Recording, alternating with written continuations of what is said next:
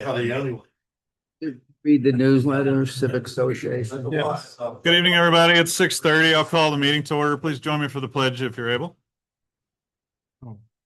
I pledge allegiance To the flag of the United States of America and to the republic for which it stands, one nation, under God, indivisible, with liberty and justice for all. Ask Diane next time that anything. Okay, this is the regular Board of Trustee meeting for June 17th. If you haven't already, please sign in to the roll in the back of the room. Few things on the docket tonight, but we'll try to make sure we get everybody out of here before any kind of bad weather comes in here this evening. We'll start with public section in our meeting tonight. First up, Dan Towsley with an update on Revolutionary War vet.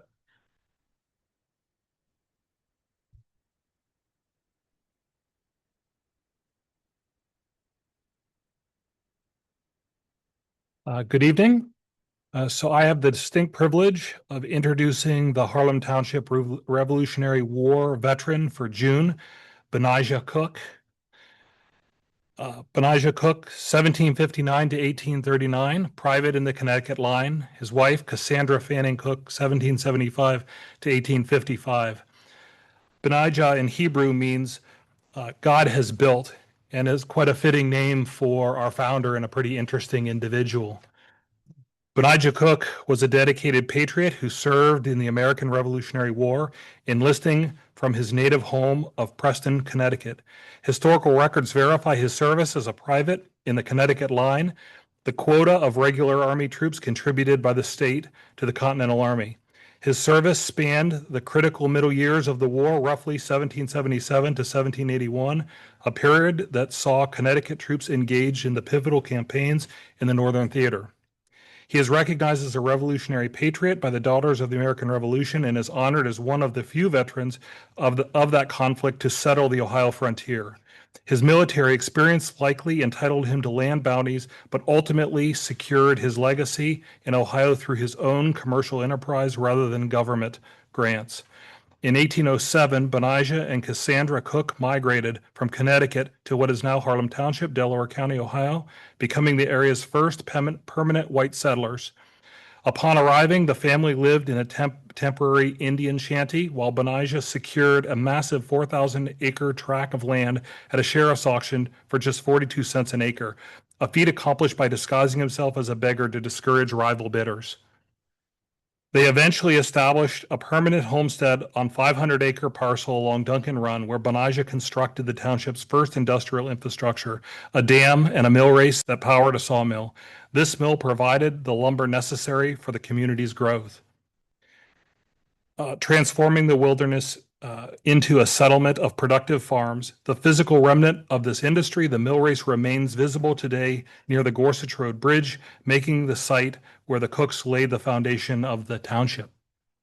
So at this point, I would like to take just a moment of your time and introduce Fabia Taylor, Delaware County Veteran Services, to provide a brief update of our restoration effort with regard to the veteran gravestones. Fabia?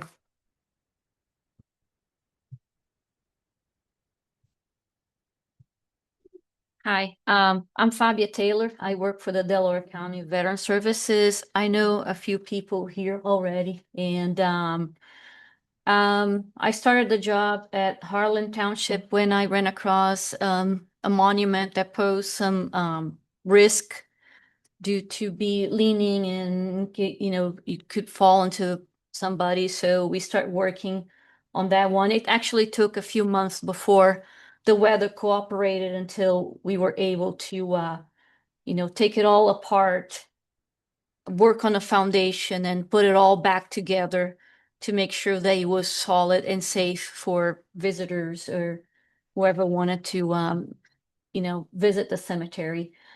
Currently, I am working on another monument myself, William Budd. Dan and I have been working together on this monument. We're doing in phases. Like the phase one was cleaning all the yucca plant that was, rooted everywhere.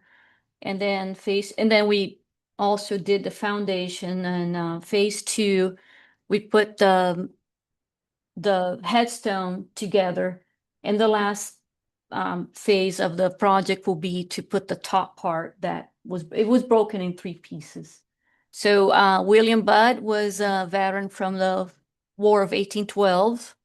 And that's one of the many that are going to get fixed within the township. We have other people working in different cemeteries to fix all the monuments that need repair.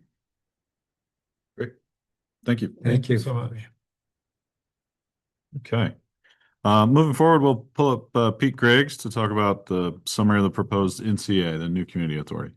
Oh, is Pete here? He will step out. Stepped out. All right, we can skip forward. Angie, do you want to come up and talk about the conversation around home rule, and then we'll just turn them back and forth.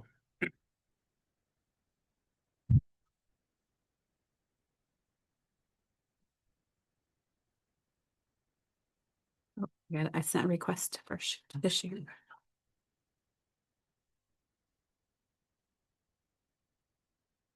Thank you.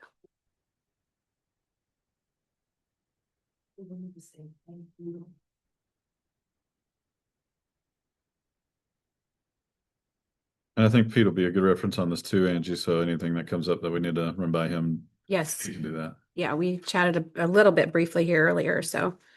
um, So, yeah, I mean, I'm here just to kind of give an overview of what an education campaign for the community could look like.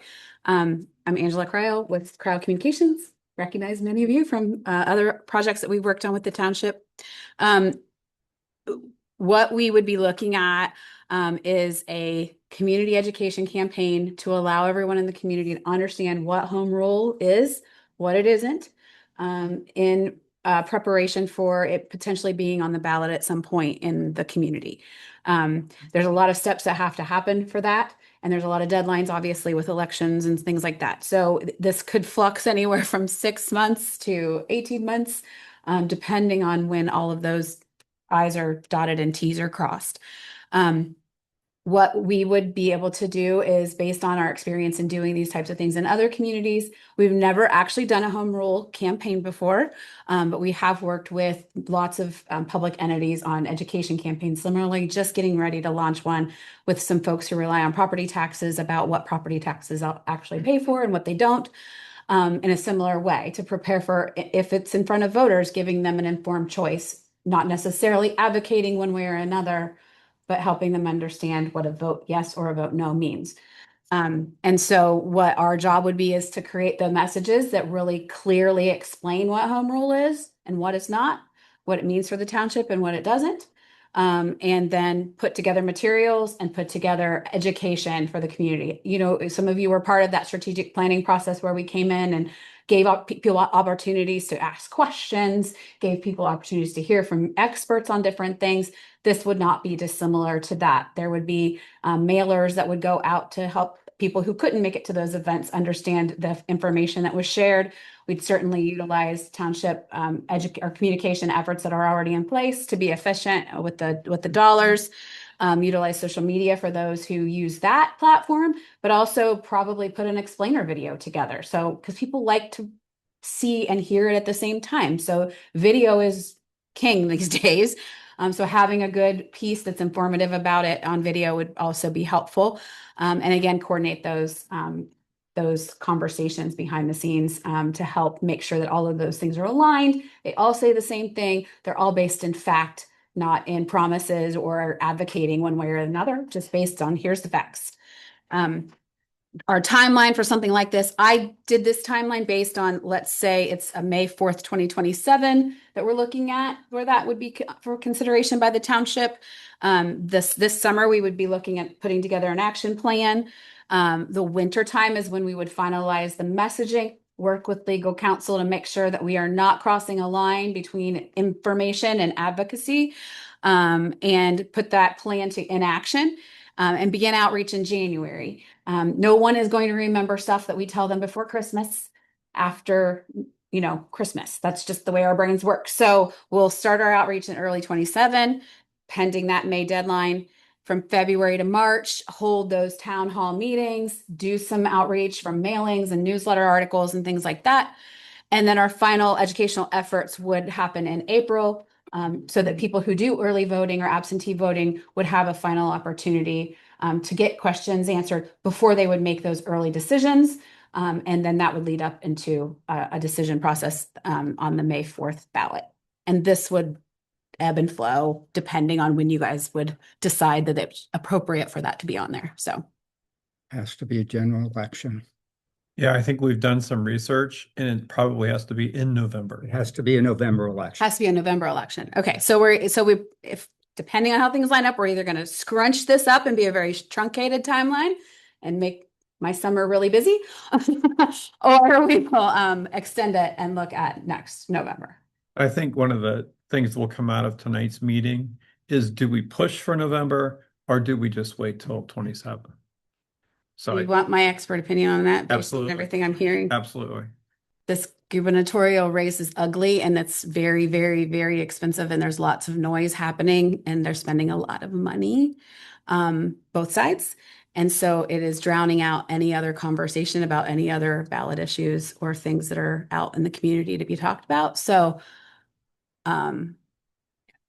if I were going to put my money somewhere, it would probably be educating people over a longer period of time to make a better informed decision that isn't drowned out by all of that other noise.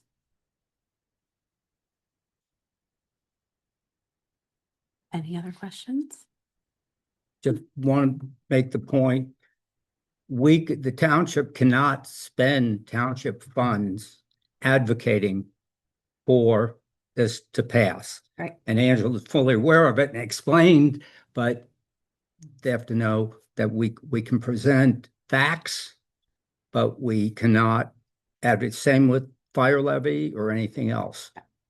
It's illegal to use funds for that. You can explain what it does. You can explain what could or will happen one way or the other, but you have to do it in a very factual way. It has to be, this is what it is, this is what it's not. And that keeps you on the up and up and make sure that everybody has the information to make an informed decision, but you're not advocating for them to decide either way.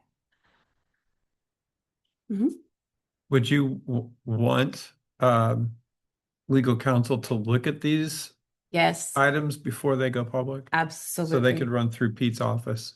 Yes, I would.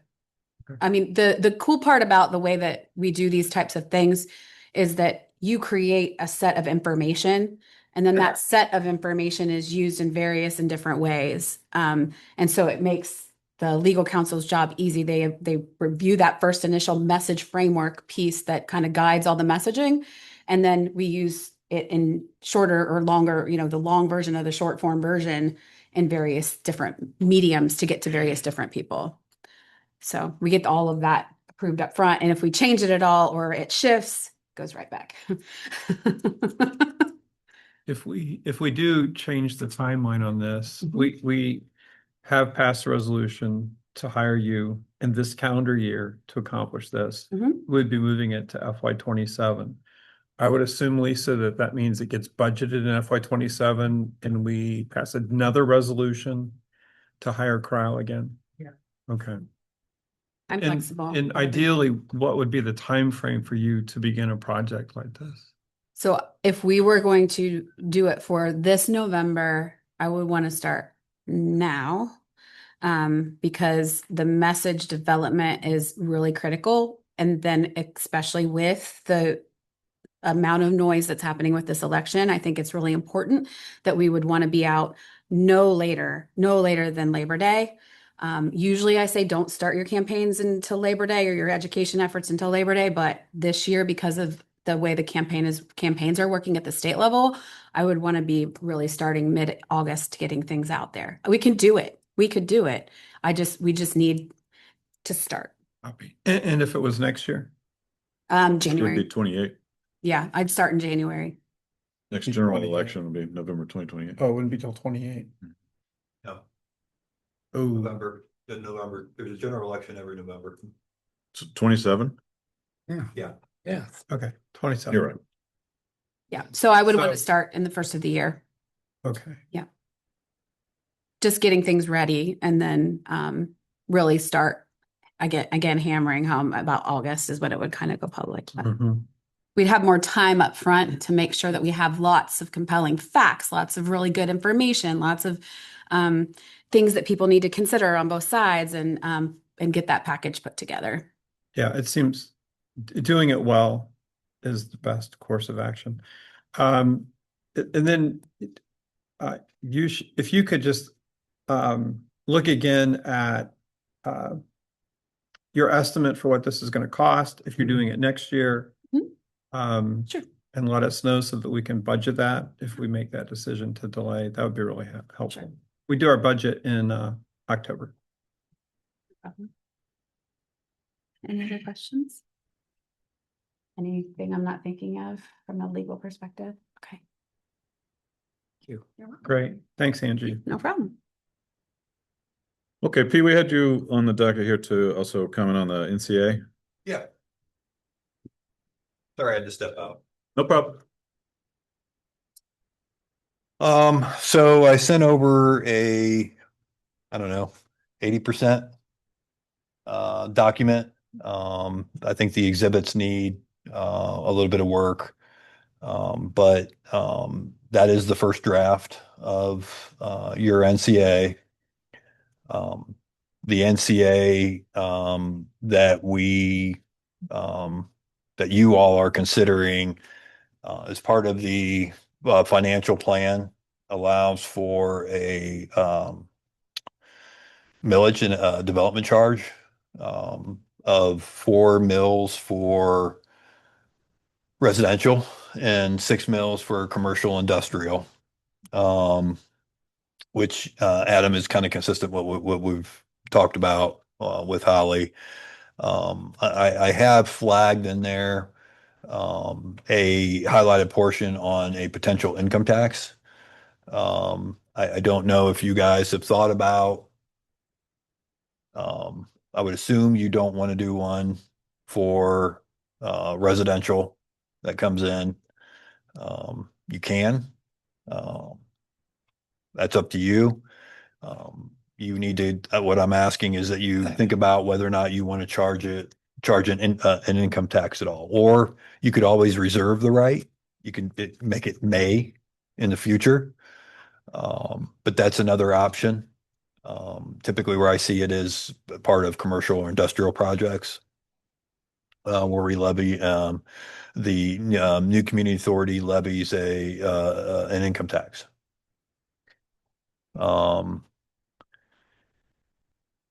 So you need to think about that. I'm going to need to get a legal description for this parcel. So let me take a step back. This is what we're doing. In the old days, what happened was you would have a developer petition to create an NCA. And then typically historically has been the county commissioners would look at that petition and then say, okay, it meets all the requirements of law. Let's set it for a hearing. Within that petition, it would provide for development charges and, other things. And then the commissioners would approve it. And then the NCA's board is created, established, and you're off and running. Relatively recently, what we've seen is local governments serving as the developer. So I know this sounds a little weird, but you are essentially petitioning yourself to create an NCA. What would happen then is we would use this property in order to set up the NCA. So we would take the petition, file it with the fiscal officer, and then there's a statutory process that would need to be followed. We're going to have to hold a public hearing.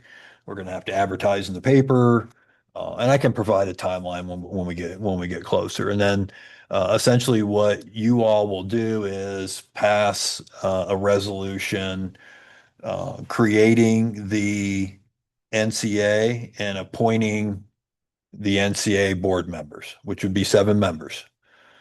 The NCA board, our recommendation is no trustees, no elected officials serve on the NCA board. You can have township employees serve on that board. If you want, there's no requirement that they be a resident of the township. Although certainly I think it's beneficial to have some of those appointments be residents. You could look at maybe other county officials. I know one, we had the a county economic development director put on the NCA board. So that's what we're doing here. And then when a development comes in, they are going to petition you to join that NCA. And then it's the same thing. You're going to hold a hearing, then you're going to approve it, and then it'll be a set of deed restrictions will be put on the property, and they'll be part of the NCA. And that's when the 4 and the 6 and whatever other type of development charges that the NCA implements will be put on that development. You can create multiple NCAs. So, if you had let's say you had a really big master plan community where it's one developer. So I'll use Jerome Township, Nationwide Realty, Jerome Village, master plan community. That in and of itself is its own NCA. So you can do multiple NCAs, but I think what we were envisioning, at least initially, is getting our own set up. We're going to have to look at the code to make sure we have the appropriate language that are going to, as people rezone, that they come in and have to join the NCA. But that's kind of the process. But this is the rough draft, and I think we just need to kind of fill in some of the blanks with some historical data. I need the zoning. I don't know what is this property zoned? What's on our zoning map? I would imagine probably C2, but I can go check if you need. Yeah, I mean, well, eventually we'll need to get it, and then we'll just put the zoning in there to check the box. We'll need a legal description of this property. Once again, fill in some of the blanks on the exhibits. And then it's really up to you guys to decide when you want to start that process. Clarify, are we talking about a township-wide NCA or Well, NCA? I think the goal is so take, for instance, Galena. If you want to do development in Galena, you have to join their NCA, right? So it's essentially what we're trying to establish here. Now, there may be a scenario where it makes sense to have a separate NCA. But then clarify, if you would, existing developers or major landowners don't have to participate. Well, so you're not opposing anybody joining the NCA against their will. Right. Now, there's an incentive to join, right? So, I mean, if you're going to need utilities and you're going to need Infrastructure, zoning and that type of thing in order to actually develop your property, that's when we're going to want you to join the NCA. I read that the mechanism, the forcing mechanism, is that it becomes a part of your zoning process. Correct. And that's really the forcing mechanism. Yeah, and utilities, right? I mean, so I know we're working with some language with one of our partners about, people joining an NCA as part of some ongoing CETA negotiations. But yeah, it's typically through zoning and or some type of CETA in order to receive utilities. But yes, here it would be, at least initially, this one would be through zoning. Can you, just for people that we say NCA and we assume everybody knows what that is and It's a- why you would even want to do it? Can you just give a little synopsis? Sure. So it's NCA stands for New Community Authority. It's a what I would call a quasi-governmental entity, um, and comprised of 7 members that oversee um, property um, within the NCA, within the defined geographical territory in the NCA, and you have the ability to what they call development charges. You have the ability to impose development charges in order to offset the cost of development. And that could mean a lot of things. It could help pay for infrastructure. It could help offset, increased cost of safety services. It's pretty broad. And so that's generally the reason people do it is it helps pay for development. Because, as a township, our tools are somewhat limited and you are unique in the sense that there is a, I mean, some call it a hiccup or an exception in the law. Normally speaking, townships can't do it, but there's a caveat in the law based upon um, population of a township and with the population of a county. And I think right now the only county that meets that exception in the law is Delaware County. So you're in a unique position to do it on your own without the involvement of the county. But it's really a way, quite frankly, to offset the cost of development, making sure that we're not, it's one of the biggest complaints I hear from residents of, why aren't you fixing the roads? All this development's coming. Why are we putting another road levy on? These type of economic development incentives allow us to keep property taxes low, but at the same time provide good quality services, public services. So that's why people do them. And it's my understanding the township can use their purchasing power at lower rates Yeah. that developers could not. Yeah, there's all kinds of reasons to do an NCA, but it is becoming extremely popular. And the mechanism of the local government serving as the initial developer has kind of taken off. So seen it Delaware County, you've seen it in Fairfield County. Recently so you're starting to see local governments basically say, if you want to develop within our local government, within our jurisdiction, you have to join our NCA and work with us. So it's becoming very common. Does this in any way inhibit or slow down a development process? No.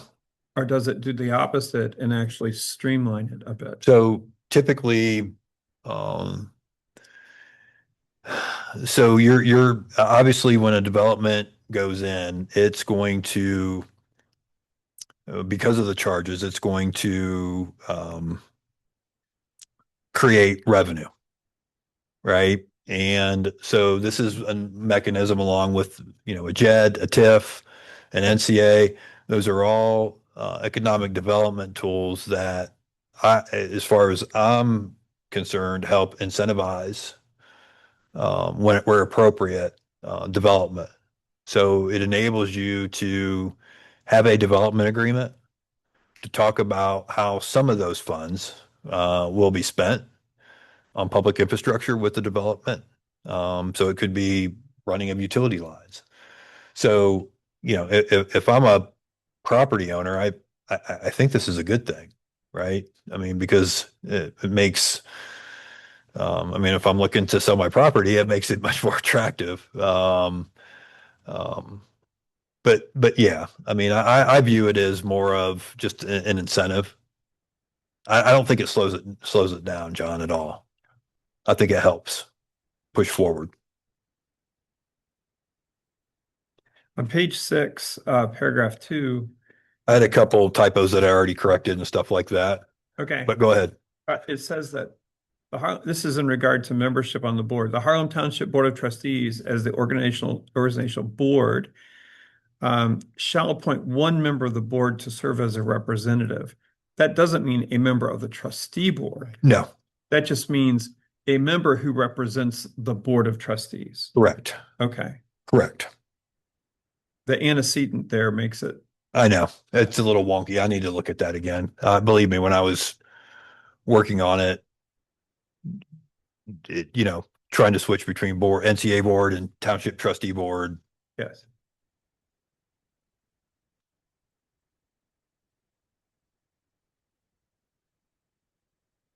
But yeah, I actually have a note there already to look at that.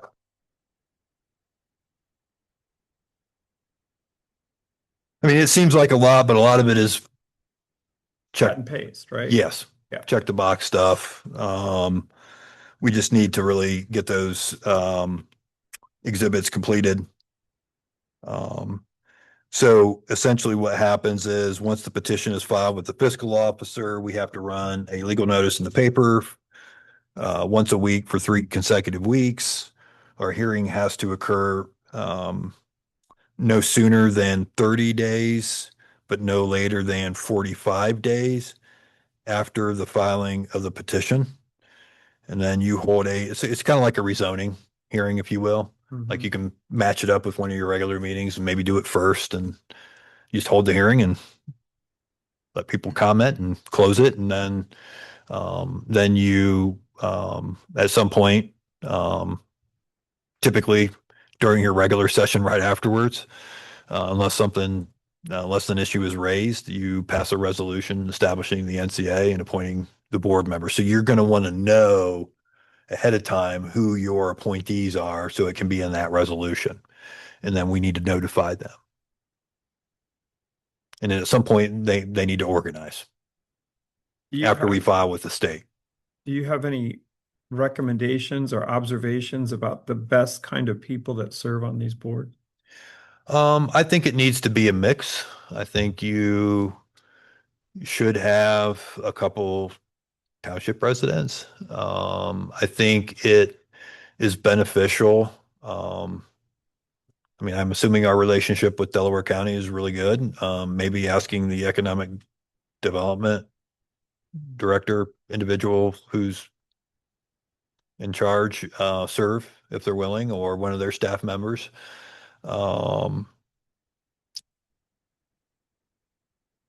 Typically, most clients will have an employee. So if you guys get a township administrator or zoning, whoever, but there's typically a township employee. And I think that helps with communication flow as well to the trustees as to the ongoings of the NCA. So that's typically it. And I think that Crossroads can help you fill out a lot of the demographic and financial. Yeah, I just hadn't gotten to Holly yet, and I know she was on vacation, and Yeah, she just got back. You have a paragraph on G2, in Exhibit G2, second page. You have a paragraph highlighted in yellow about business charge. Is there a reason that's highlighted for us? Yeah.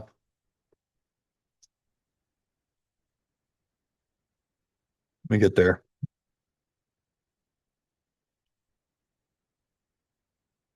So that's a sample of imposing a income tax. So, if we're not sure, my advice would simply be May, and we can kick the can down the road. Which is probably what I would do in your scenario. So a community development charge is an income tax.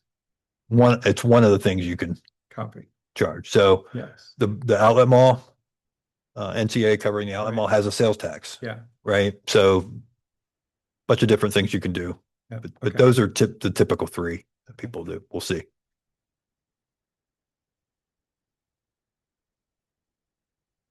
So what is your recommendation to us then? Get our ducks in a row here Yeah. So with our zoning and financial fiscal officer and crossroads. so work with zoning and Holly to clean the exhibits up, get those finalized. And then I think from your guys' perspective,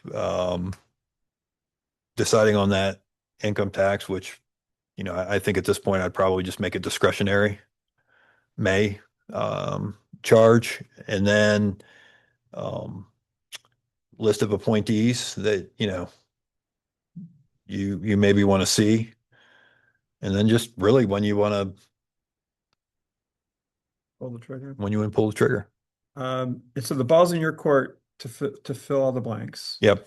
And then I'll send you guys a final, I'll send you guys a final version to review, obviously. When?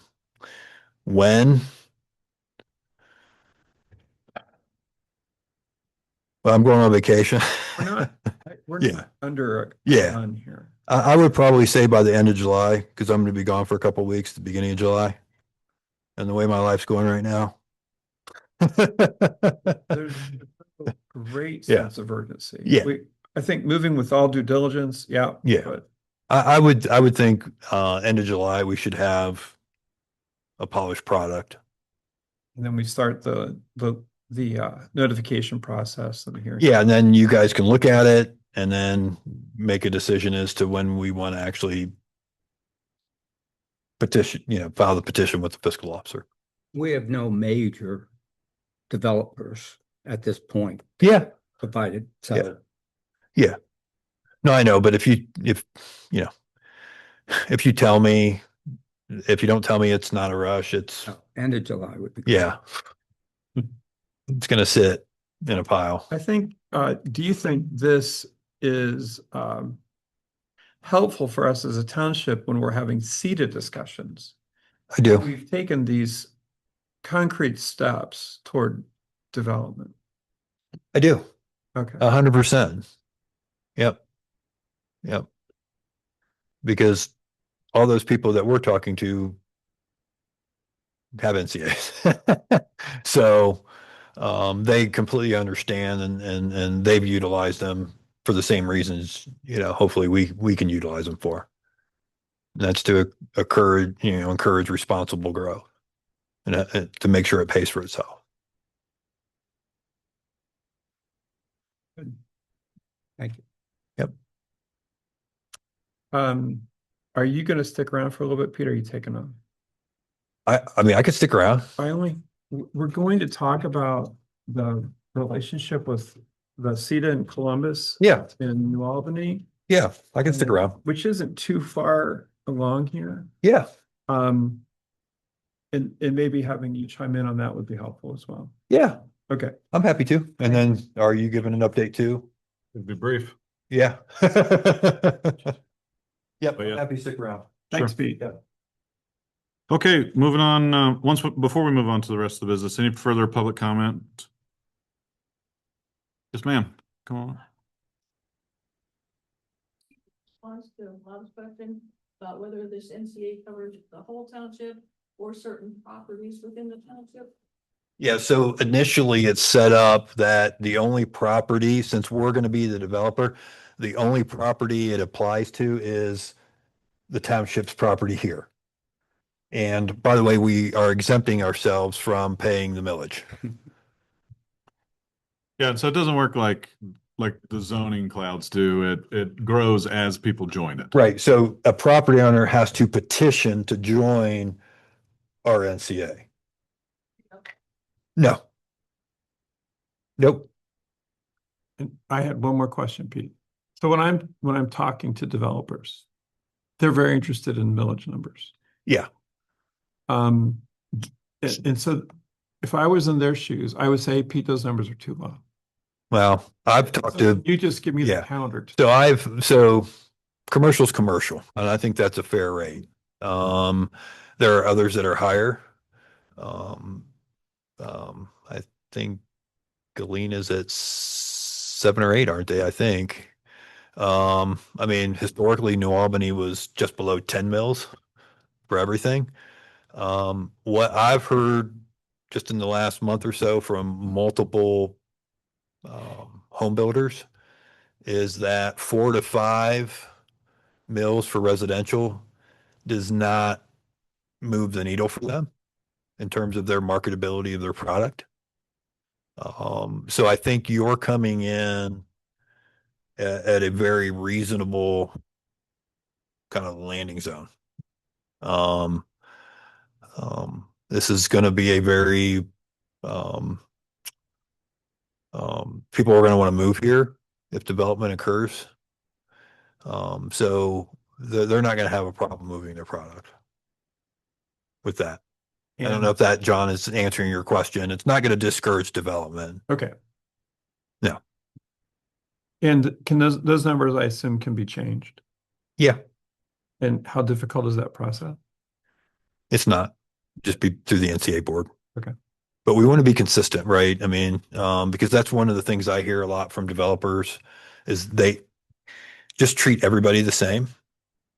So nobody's gaining a competitive advantage. Which once again is one of the nice things about doing your own. Is you're controlling that.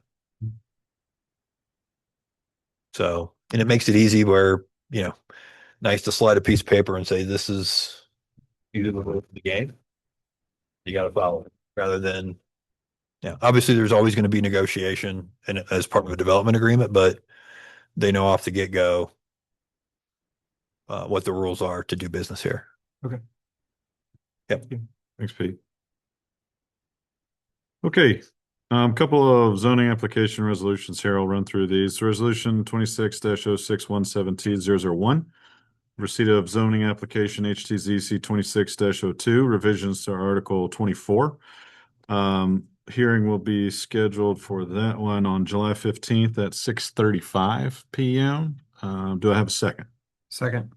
Moved and seconded. Those in favor, aye. Aye. Aye. Opposed? Passes.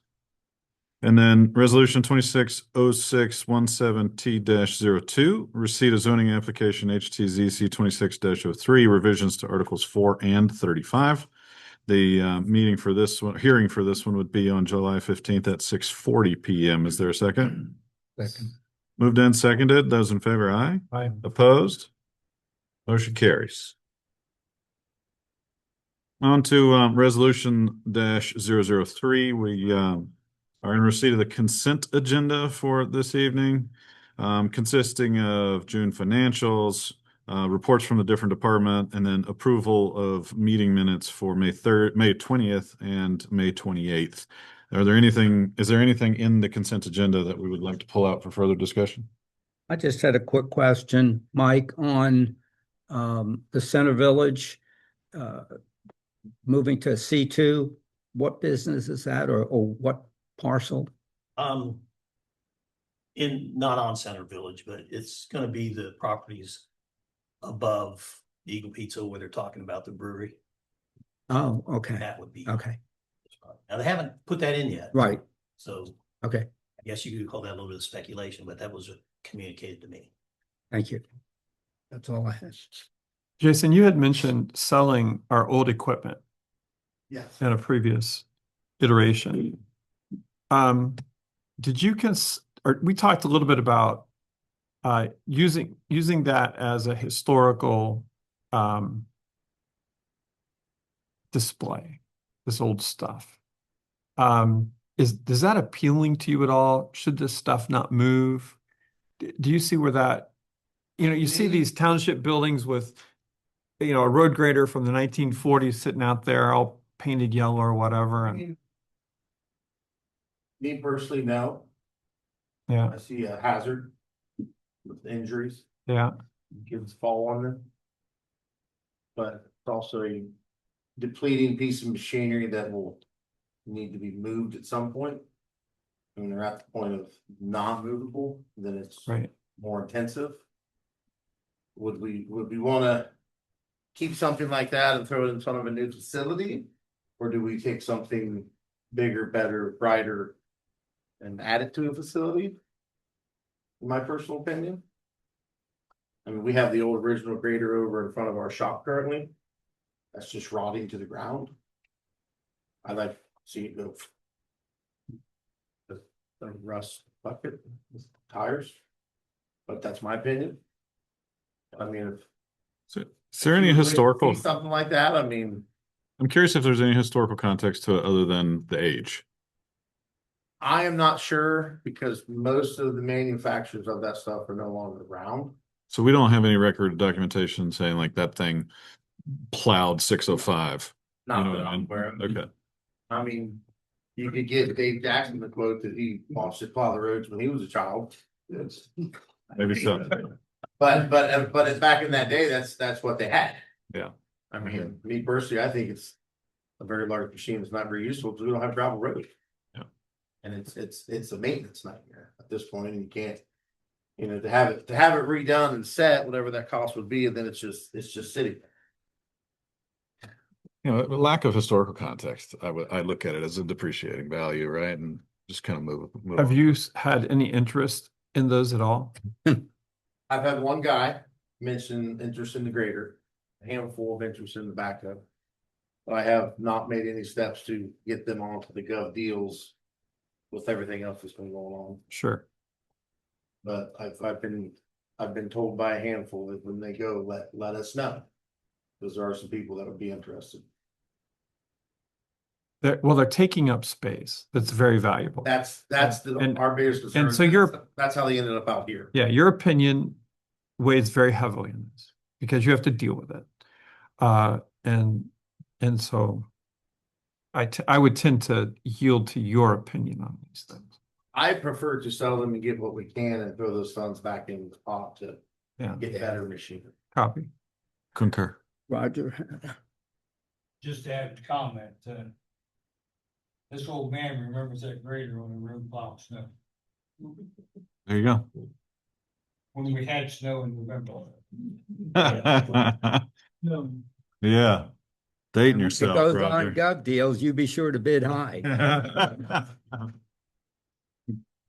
All right, with that, I would accept a motion to approve the consent agenda. So moved. Second. Moved and seconded. Those in favor, aye? Aye. Aye, opposed? Carries. All right, Lisa, you want to take over for one? Some vouchers.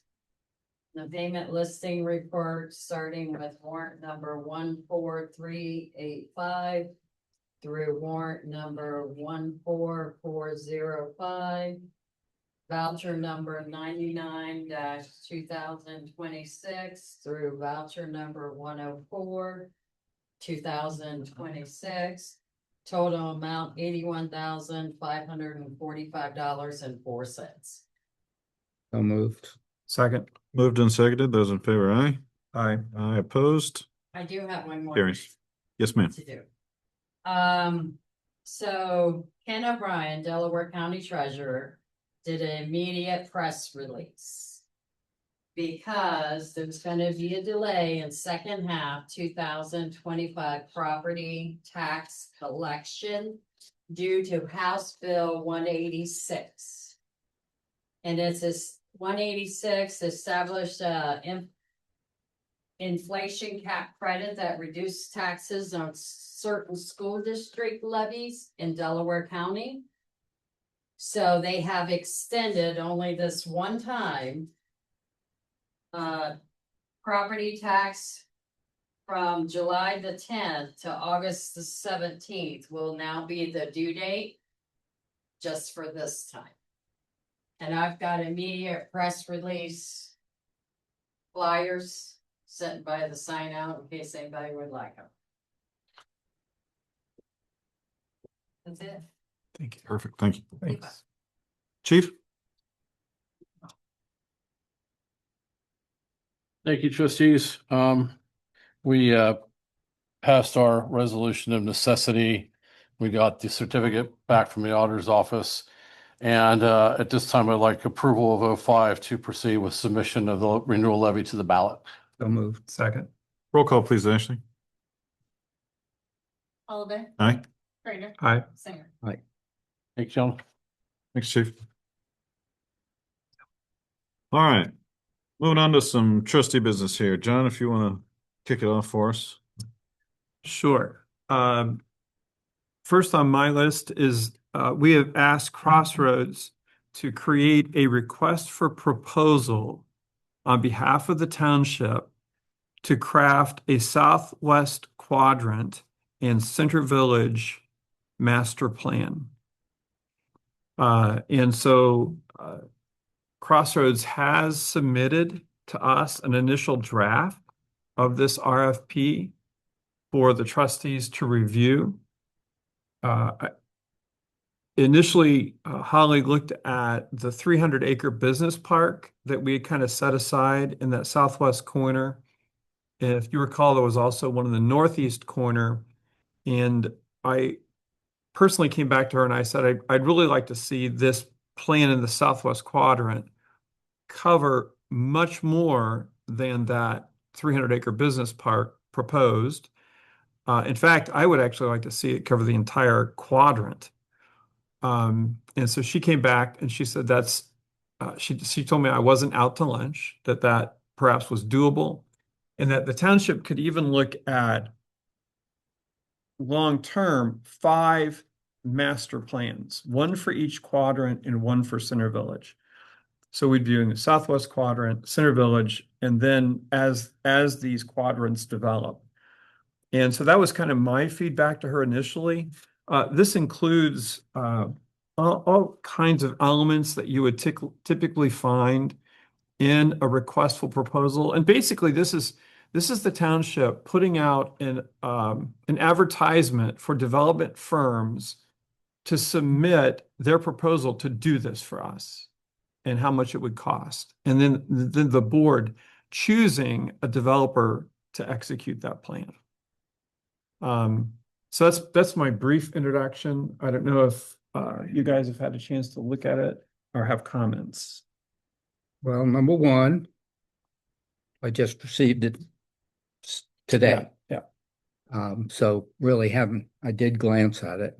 But actually, until we get to item 4 and review the CETA, and I've talked to a number of other people that have a lot more experience than I certainly do, in terms of whether or not at this point we should be getting ideas for a master plan when we're not sure what New Albany's going to ask of us.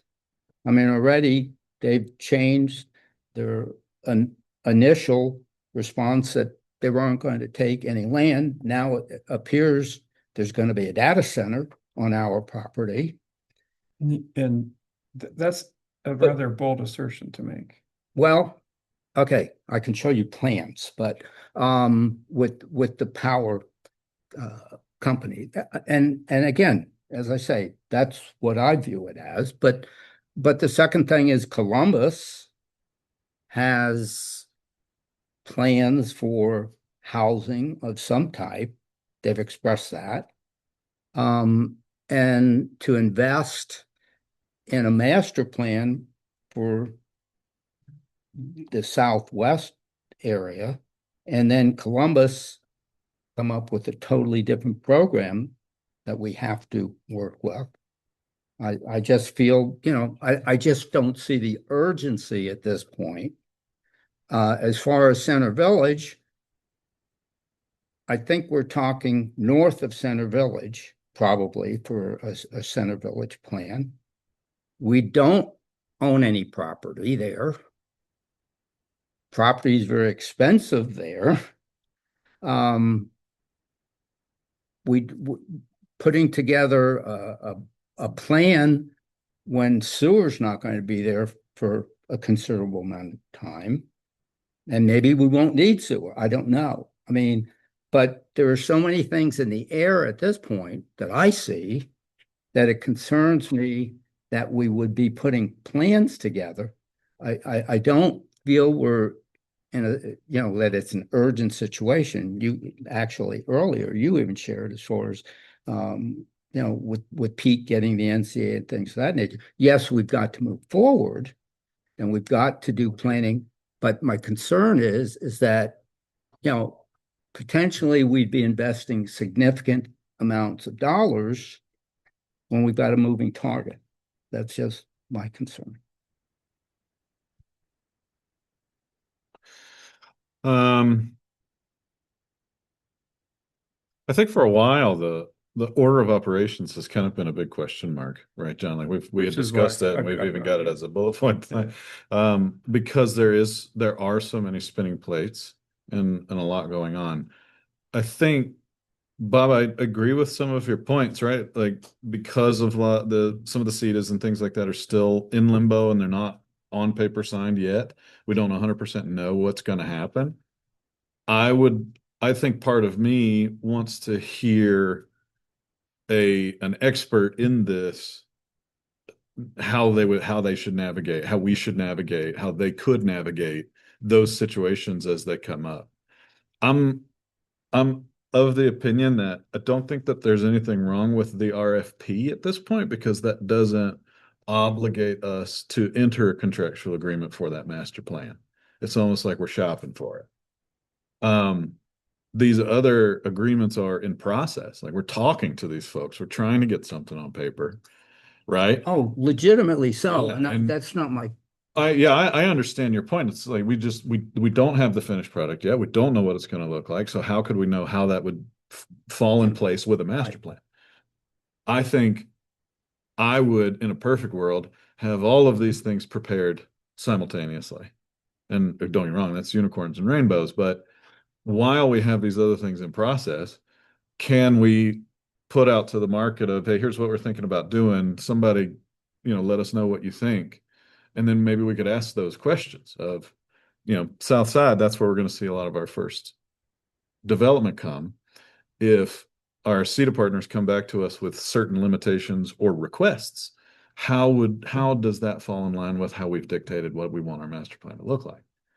I would really love somebody else to tell me the answers to that. And so we did have subject matter experts in here 2 months ago, right, who did talk about this and the importance of the timing, and who recommended that we move with some due diligence forward on this process. In this proposal, part of the things that Holly emphasizes is stakeholder and public engagement. And as stakeholders, she includes the city of Columbus and the city of New Albany.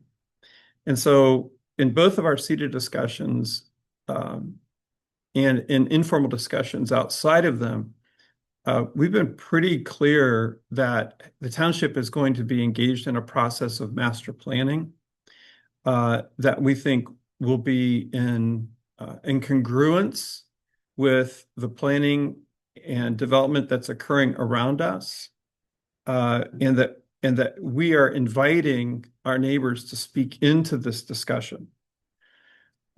At the same time, the importance of the township communicating what we want, that is getting our desires on paper first, so that we're not saying to Columbus, hey, tell us what you want. We're saying, no, Columbus, this is how we envision the township to be developed. We've already hired a developer that's going to be drafting a master plan for the township.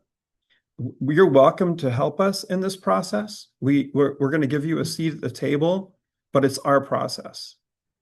I think it's very important that we be proactive on this and moving ahead. But I agree with you, Bob. As we are having these conversations, we recognize, hey, this isn't going to happen tomorrow. None of this development. It's going to take a long time for infrastructure to happen. it takes a long time for developers to make decisions. And it's beautifully taken some of the pressure off the township. But I don't think it takes away from our, hey, let's keep moving the ball forward. And so I am not hesitant about pushing a little bit and spending the money, because I think any money spent on planning is good money. It's money well spent. And so Columbus and New Albany, when we say this, they're like, absolutely, that's what you should be doing. We're all for that. There's been no pushback. And in every instance, hey, we think that we can work with your zoning to accomplish our goals. And that's why I wanted Pete to stick around, because I think you can speak to this a little bit, Pete. Yeah, no, John, that's exactly the conversations that we've had. Look, my experience is that probably 80 to 90% of our clients are reactionary. And they don't have that forward thinking. I think you guys are well ahead of the curve. Our conversations with Columbus and New Albany, that's exactly what they've been saying. And I would rather us be in a position of strength and telling them this is what we want. And that provides the floor, if you will, at least with respect to seated negotiations, and they can work around those parameters. But I kind of view it as kind of, it's not all the same train, right? I mean, you have separate tracks, and these things are kind of moving down the tracks next to each other. So from my perspective, I don't think it hurts anything to put out the RFP and see what we get back.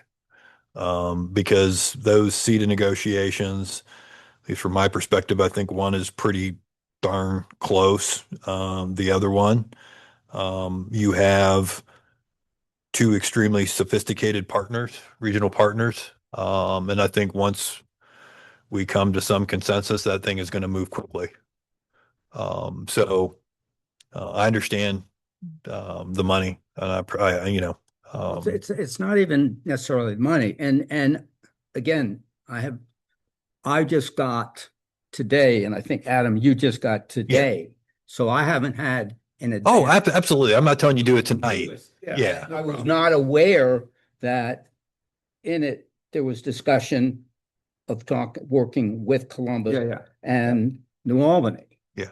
No, certainly take your time and look at it. I'm just saying at some point, I think it makes sense to kind of at least kick off that process so we can have an idea of what that looks like, which I think is going to be extremely beneficial with respect to our seated negotiations with New Albany and Columbus.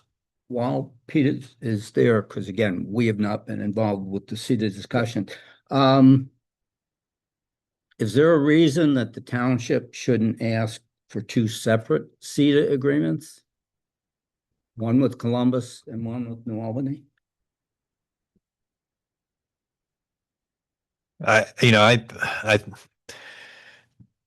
You can certainly do two separate seats. The problem that I see is you're talking about one area.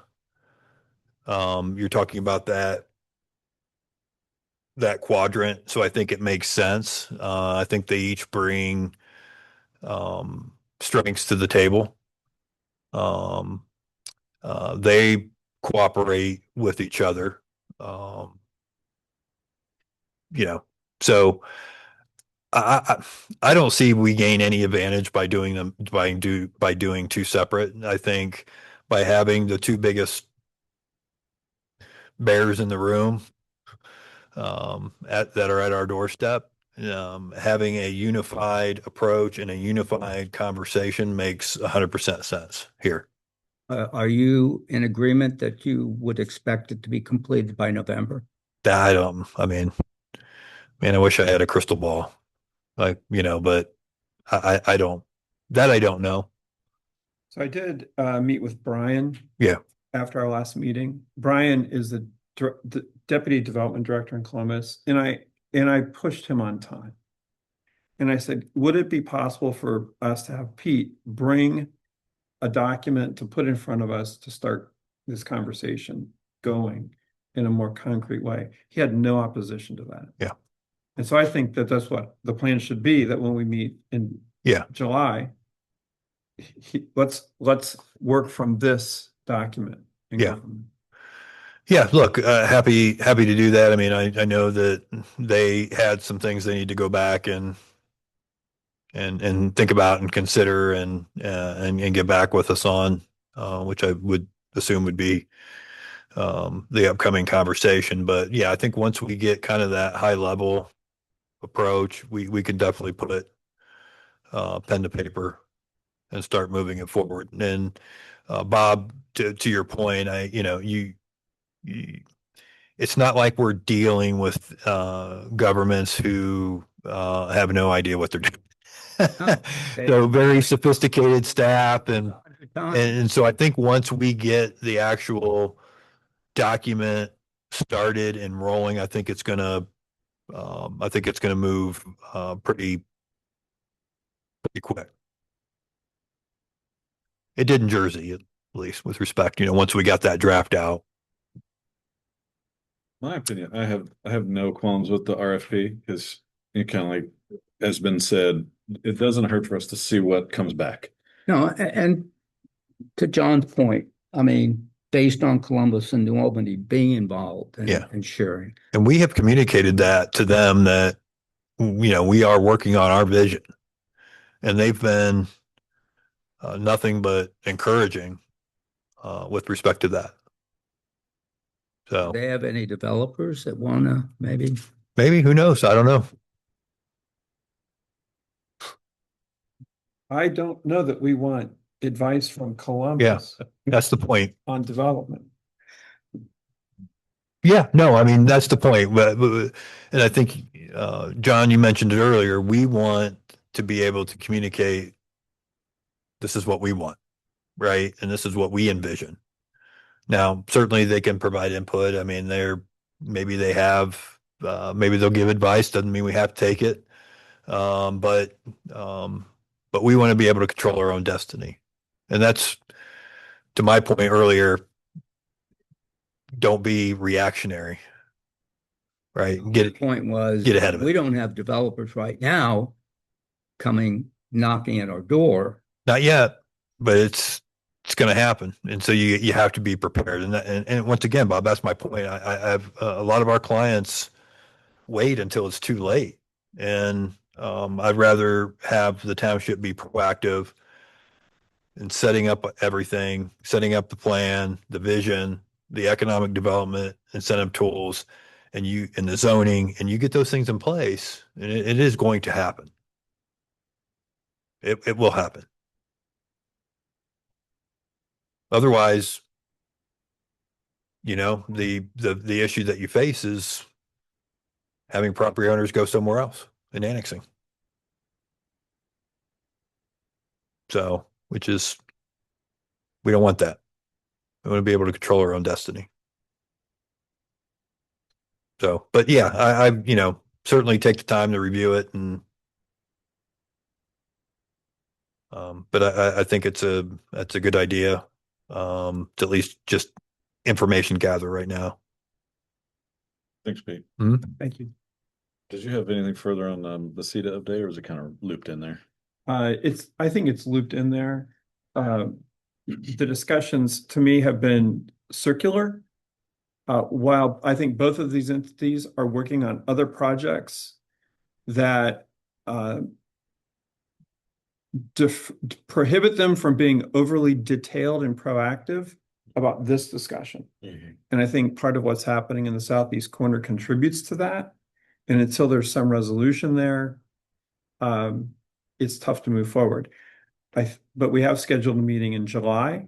And I met with Brian. I'm meeting with Joe Stefanoff next week to try and push this. Let's get this thing going. Did you have any further conversation about the southeast corner since our last meeting? Not in detail. I think my sense is New Albany has no interest in going beyond this initial annexation. I do think it's genuinely taken them by surprise. That is the city of New Albany. We have asked again for a map, which we didn't get in the second meeting, so we're still waiting for that. And so I'm not going to speculate beyond that at this point. Yeah, I guess the thing that still sticks in my mind is regardless of the surprise to the city, Yeah. just say no. And I'm going to bring this up to Joe next week. Now, I have run that comment by people who understand the mechanisms, and their take is he can't. So, Interesting. Sure. Yes, ma'am. I took the city by surprise. That is that when NACO, Explain who NACO yeah, is. the New Albany company came to New Albany and said, we are going to purchase property in Harlem Township, and we would like you to annex that property. And that, the way that happened is why it seemed like they said one thing and then another. Right, because NACO, in our initial conversation with New Albany, they said, hey, we have no interest in Harlem Township. Yeah, we don't want to annex up there. We don't want to grow our schools, et cetera. And then NACO came along, and this looks like a commercial endeavor, whatever it is, that will not impact the schools. And it looks to me like of course, they want infrastructure and they want New Albany zoning. Interestingly, in talking to Columbus was of the opinion, hey, why didn't we at least have a conversation about whether or not this could be accomplished with the township? And I don't know if you would concur with that. Yep, I would concur with that. Yep. Why don't we at least talk about that? Okay. And so that may be a part of our next meeting. Good. Is there any way NACO could do what they want to do within the confines of the county or of the township? And the township should still reap some economic benefits, whatever happens there. That should be a part of this agreement. Absolutely 100%. Yeah. Well, and I think for us, it's mostly, and Lindsay, like, I think for us, it's mostly the principle. Because, what happens with the property is dependent on who owns it. So if the New Albany company owns the property, they'll develop however they want to develop as long as it falls within the confines of zoning, et cetera, et cetera. So, it's not really going to change what happens with it, but to us, and John, don't let me speak for you and Bob the same, but to me, it's the principle of, hey, we've been talking for months about how you're going to help us protect the boundaries of the township. And now all of a sudden, oh, you're surprised that New Albany company wants to annex this land. Like that doesn't sit well with me. Right. So like, let's start this relationship off on the right foot of a testament to your goodwill. Columbus has done some similar actions to our benefit. And so I don't have a lot of question there. I got questions here, and that's me talking. So anyway, we'll see how the chips fall as they will. And there is a major gas line going to that property. Mm-hmm. Major gas line. My opinion is, I think if it's anybody else other than NACO, I think I think the city would be willing to immediately say no, but that doesn't mean that we can't go back and communicate the township's concerns to the city of New Albany. Mm-hmm. I think that's a little bit of, I don't know, call it favoritism, if you will, but they're just used to that relationship. Sure. Yes. So I think that has something to do with it. And so even the city of New Albany will say that NACO is typically 2 or 3 steps ahead of us. Yeah. And so they're playing catch up a little bit here too, which any good company is thinking 2 or 3 steps ahead. So we have to be as sharp in this process as we can be. And we'll have the opportunity here shortly to communicate the township's concerns. Yes. Like I say. My question is, and I heard John say something about this earlier in the discussion, with regard to generating a draft, start the process of putting something in writing. Apparently, I gather from this discussion that there's absolutely nothing on paper whatsoever regarding an NCA between the A C- township a CETA. and the other two entities. Well, Correct? A CETA. That's what is that? No, Correct. NCA. Yeah, but that's Oh, okay. I'm sorry. A lot of acronyms, a lot of ABCs. No, No, there's nothing, absolutely I'll zero let Pete respond to that. on paper. Am I correct? Yes or Correct. no? You're correct, but Why? no. I mean, you Remember, can talk for 6 months about this, you have this. so Nothing yet is written down. and I feel like I'm, It's frustrating to me to hear Thank you. the same discussion over and over, and then to have, you say tonight, New Albany was surprised. Well, so were we. yes, Yes. no, thank Put it in writing, start that process. This was my appeal to Brian, and I concur with you, Mike. Now, my gentle comeback is that in some ways, the CETA is boilerplate language.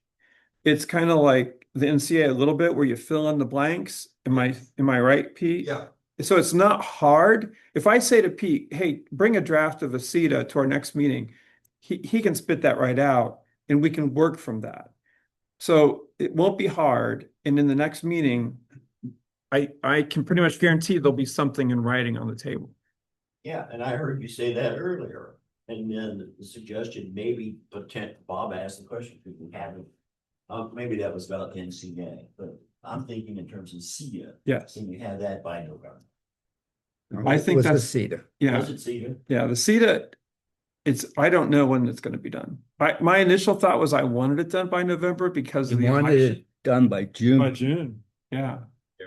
So I can't, I'm not going to make any promises. Well, no, I don't Can. expect you to necessarily Can. promise. Yeah. To have a deadline. Yeah. But I get frustrated that Yep. we keep talking, and someone just said it, maybe it was you, John, that just said it. We keep going in circles. Yes, Yeah, we're not making any progress. concur. Roger, I see it. I'm going to come to you, but I want to add this. Bob, when did you and I first meet with Galena? After the discussions. But it is an excess of 18 months. Is that safe? Like it's been a year and a half on that project. And that's about done. And that's about done. But to you, what you're talking about here is we've almost been simultaneously been working on these two different agreements. And it has taken this long just to work with the village. Never mind the 14th largest metropolitan in the United States, plus New Albany, right? So took similar length with Jersey in the city of New Albany, and the one we did with Marysville and Jerome Township took almost 3 years. yeah. I can Good, believe it good takes for a me, long but bad for them, right? But it's you can believe it takes a long time, but it's a hard pill to swallow when we're the ones sitting here like hearing the door pound. So I understand where you come from, Roger. And I agree with Mike. John, I have heard you say in 3 Harlem Forum meetings as a trustee, 1 campaign meeting, we will have a CETA with no annexation agreement. All we've heard is New Albany's annexing 150 plus acres. And Bob has asked this very same question now in May and tonight about the CETA agreement and gets the same answer. Right around Robin's Hood Barn, we out here who's not involved in a process know absolutely nothing.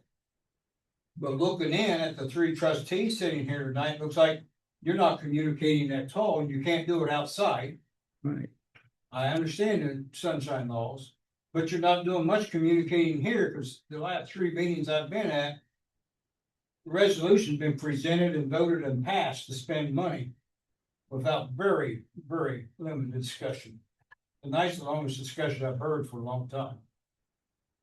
I'm gonna jump in and defend John to the extent that in the private sector, things go generally quickly.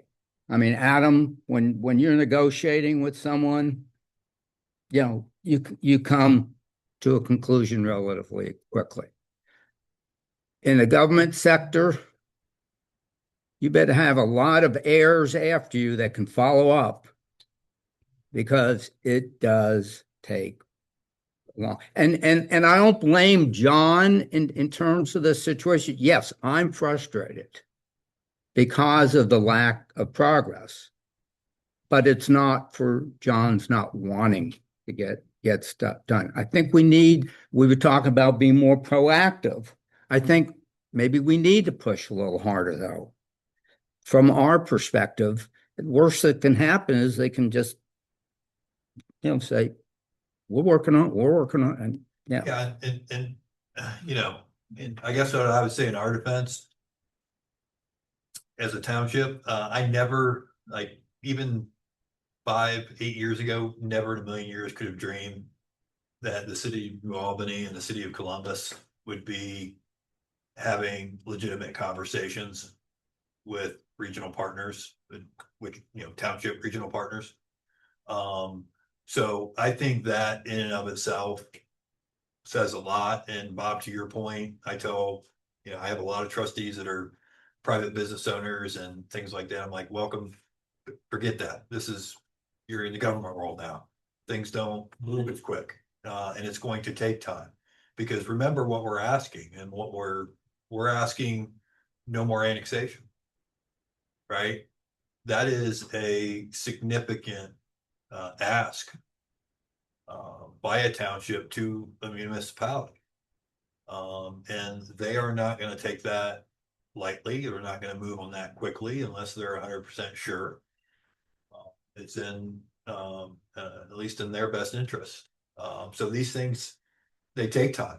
But I can tell you 100% that these have been some really good conversations, and we're establishing critical relationships with the individuals involved. And I have nothing but positive things to say, and I think we're right where we should be right now. And I think it's time to put pen to paper. So I have no problem with where we're at. I think it's normal. Thanks, Pete. For the government role. Johnny? Nobody can or cannot say no to annexing. This is simply a matter of opinion, that when New Albany Company asked the city of New Albany to do something, that it's very hard for the city to say no. Because they own New Albany.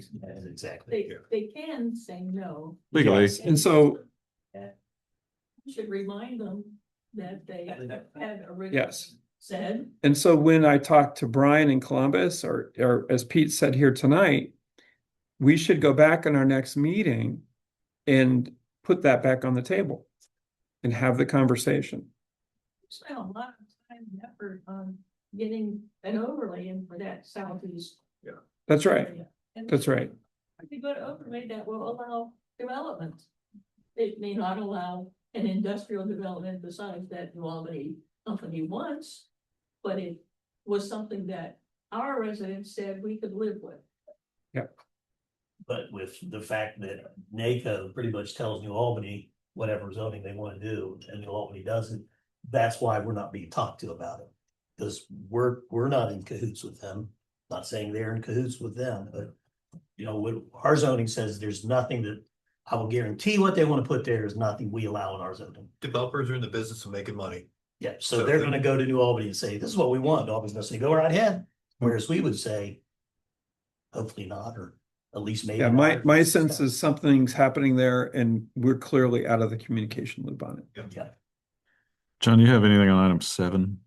Or is that part of what we've been discussing? Well, I just had a comment, and I don't know that we need to go into this tonight. Why don't we save this for another meeting? Okay. For those without an agenda, it's just a bullet point to talk about the order of operations between master plan and comprehensive plan. A lot of the work that we've done and are doing, but we'll add that to a future agenda. Bob, if you don't mind, I'm going to use this as a segue to talk about a couple of things that I had. Sure. As we're talking about CETA, I do want to say, as mentioned, we've been working for almost the same amount of time on a CETA agreement with our friends up in the village of Galena. we're feeling pretty good about that one. You know, Pete and I saw a version of an actual draft of this one, Mike, where we think that we've got pretty much everything ironed out for the most part. Just we'll leave it to the lawyers to debate, you know, how to cross the T's and dot the I's. So I'm looking forward to that, hopefully coming to the table relatively soon, which will get us there. Again, working with the village, that moved a little bit quicker. Jason, I wanted to talk about the ditch petition real quick as a continuance from, thanks, Pete. Thanks, guys. As a continuance from last week. I don't know if we have any, I don't know if we have any of the neighbors here that were here last week, but I do want to say before you get started, there was some conversation last month about, well, I see a bunch of drainage ditches that aren't maintained. I see a bunch of surface water. When I walked into the township hall tonight, I saw corn cobs up against the curb because it flooded twice, Chief, in this parking lot. Not that one, but I will say the Saturday after we had the last meeting last month, I walked to the playground over here where my kids like to play, and our beautiful playground was what I equate to a mulch quicksand. It looked perfectly normal, but if you threw a rock or a ball into it, it disappeared because of the standing water in the playground where kids are playing. And there were literally kids jumping and splashing and having a great time for them. I don't even want to know what kind of germs might be on the bottom of mulch, but just I feel like we got two stumps on here. Healthy germs. Healthy I germs. feel like we got Builds two their stumps immune in here, system. Jason.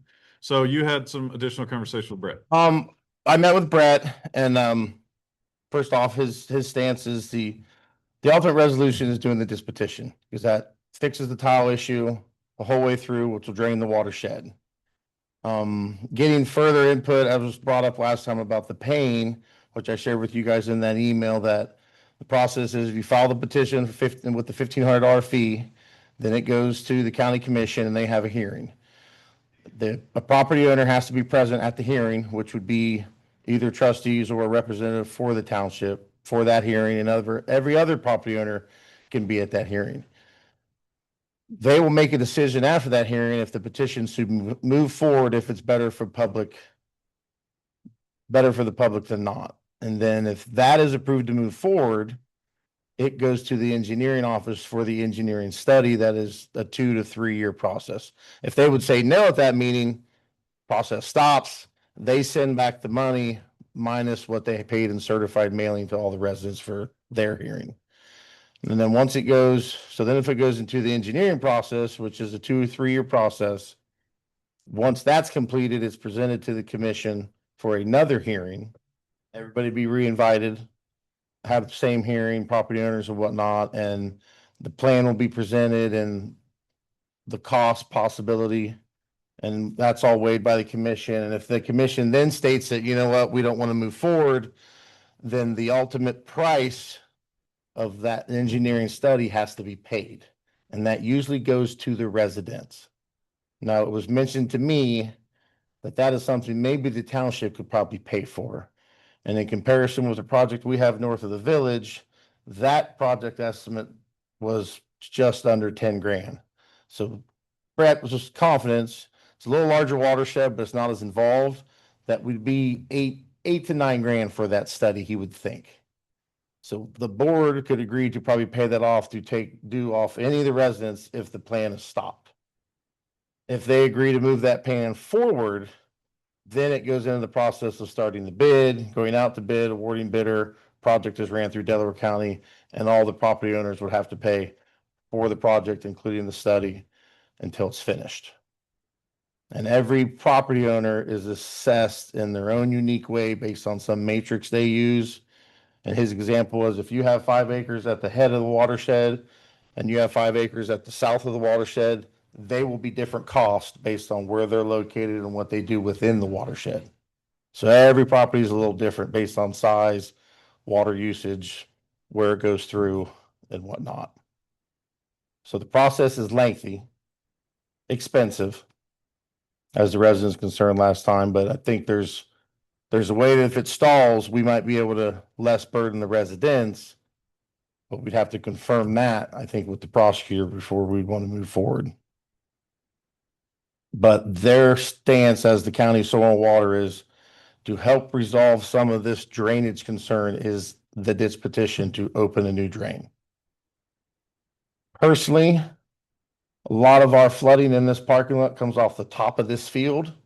It is not an underground drainage because the ditch petition is solely a subsurface drain. It does not collect surface water. It collects groundwater, which of course surface water goes into the ground over time. But when 6 inches of rain fall in 2 days, all that field comes right there. And that first inlet fills up, it comes up through the parking lot and just fills and everything lays full to it till it moves. So I did have light conversation with him. Is there a way we can do something out here to divert that water around us instead of coming across that field into our parking lot?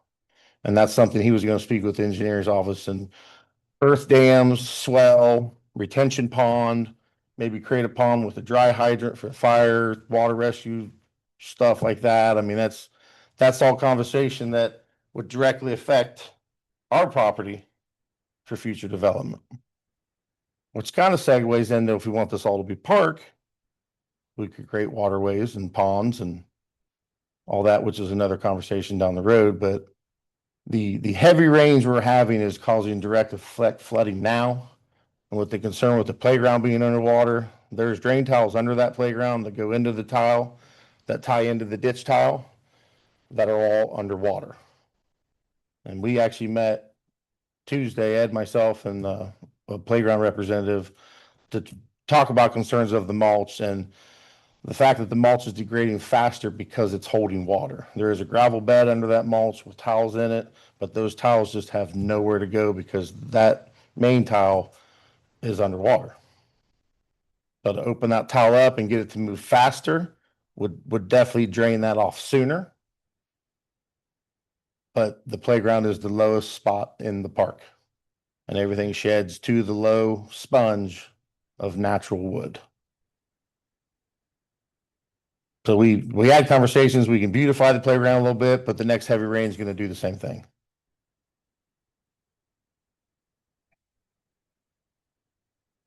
We had conversation in our park commission meeting, if we don't want to go the route of the petition based on cost, is there maybe something we as the township can do for us on our own property to try to help alleviate this water, which my thought would be retention ponds, some way to slow it and hold it, but that would take our own study by an engineer to see size and volume and how much water is actually coming off this field, and then we would have to hold out here.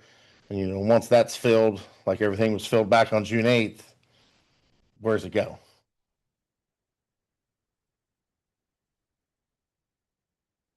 Thoughts, comments, discussion? You're looking, I mean, we've actually probably been 10 years ago, looked at the problem here, and township doesn't have the budget. I mean, we could look into it, but it was incredible. Well, my conversation with Soil and Water is it something that they could provide with the engineer's office and then also manage it to make it happen with us? Yeah. And however we shake that out, being that they're the experts, go out to bid, manage the project, we foot a bill. And he had to look into that, if it's even something they can offer. So to hire an engineer to create up a plan and then, do a plan, you basically hire a big excavation company. And we could check with the engineer's office to see. I tried to get a hold of Brett today to see if he'd found anything out that, and I did not get a hold of him. But my true belief of knowing drainage is the top surface shed of water when we get 5 inches in a short period of time, it just comes down the hill. And there's nothing to stop it from going in this parking lot. Pardon? It drains in that parking lot? Mm-hmm. There's actually an inlet right at the edge of the parking lot in the grass, which starts the collection. And then it comes into the parking lot and comes up because the force is just pushing it up into the parking lot because it's the least way of travel rather than going through the pipes down and around to the culvert.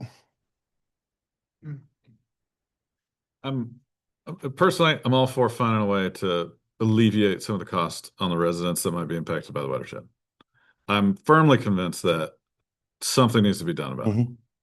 Never mind this. Like if we had to deal with, you know, a flooded parking lot once in a while, that's one thing. But just recently we did the park study and we found that our facilities are underutilized, especially by, you know, newer folks, newer residents, newer families coming in the township. You got a park that can't even use. And I know that I heard a lot of comments about, well, you know, we use it every day. If there's a lot of rain, there's puddles on the walking path. We walk over them. We walk through them. Had to do that too.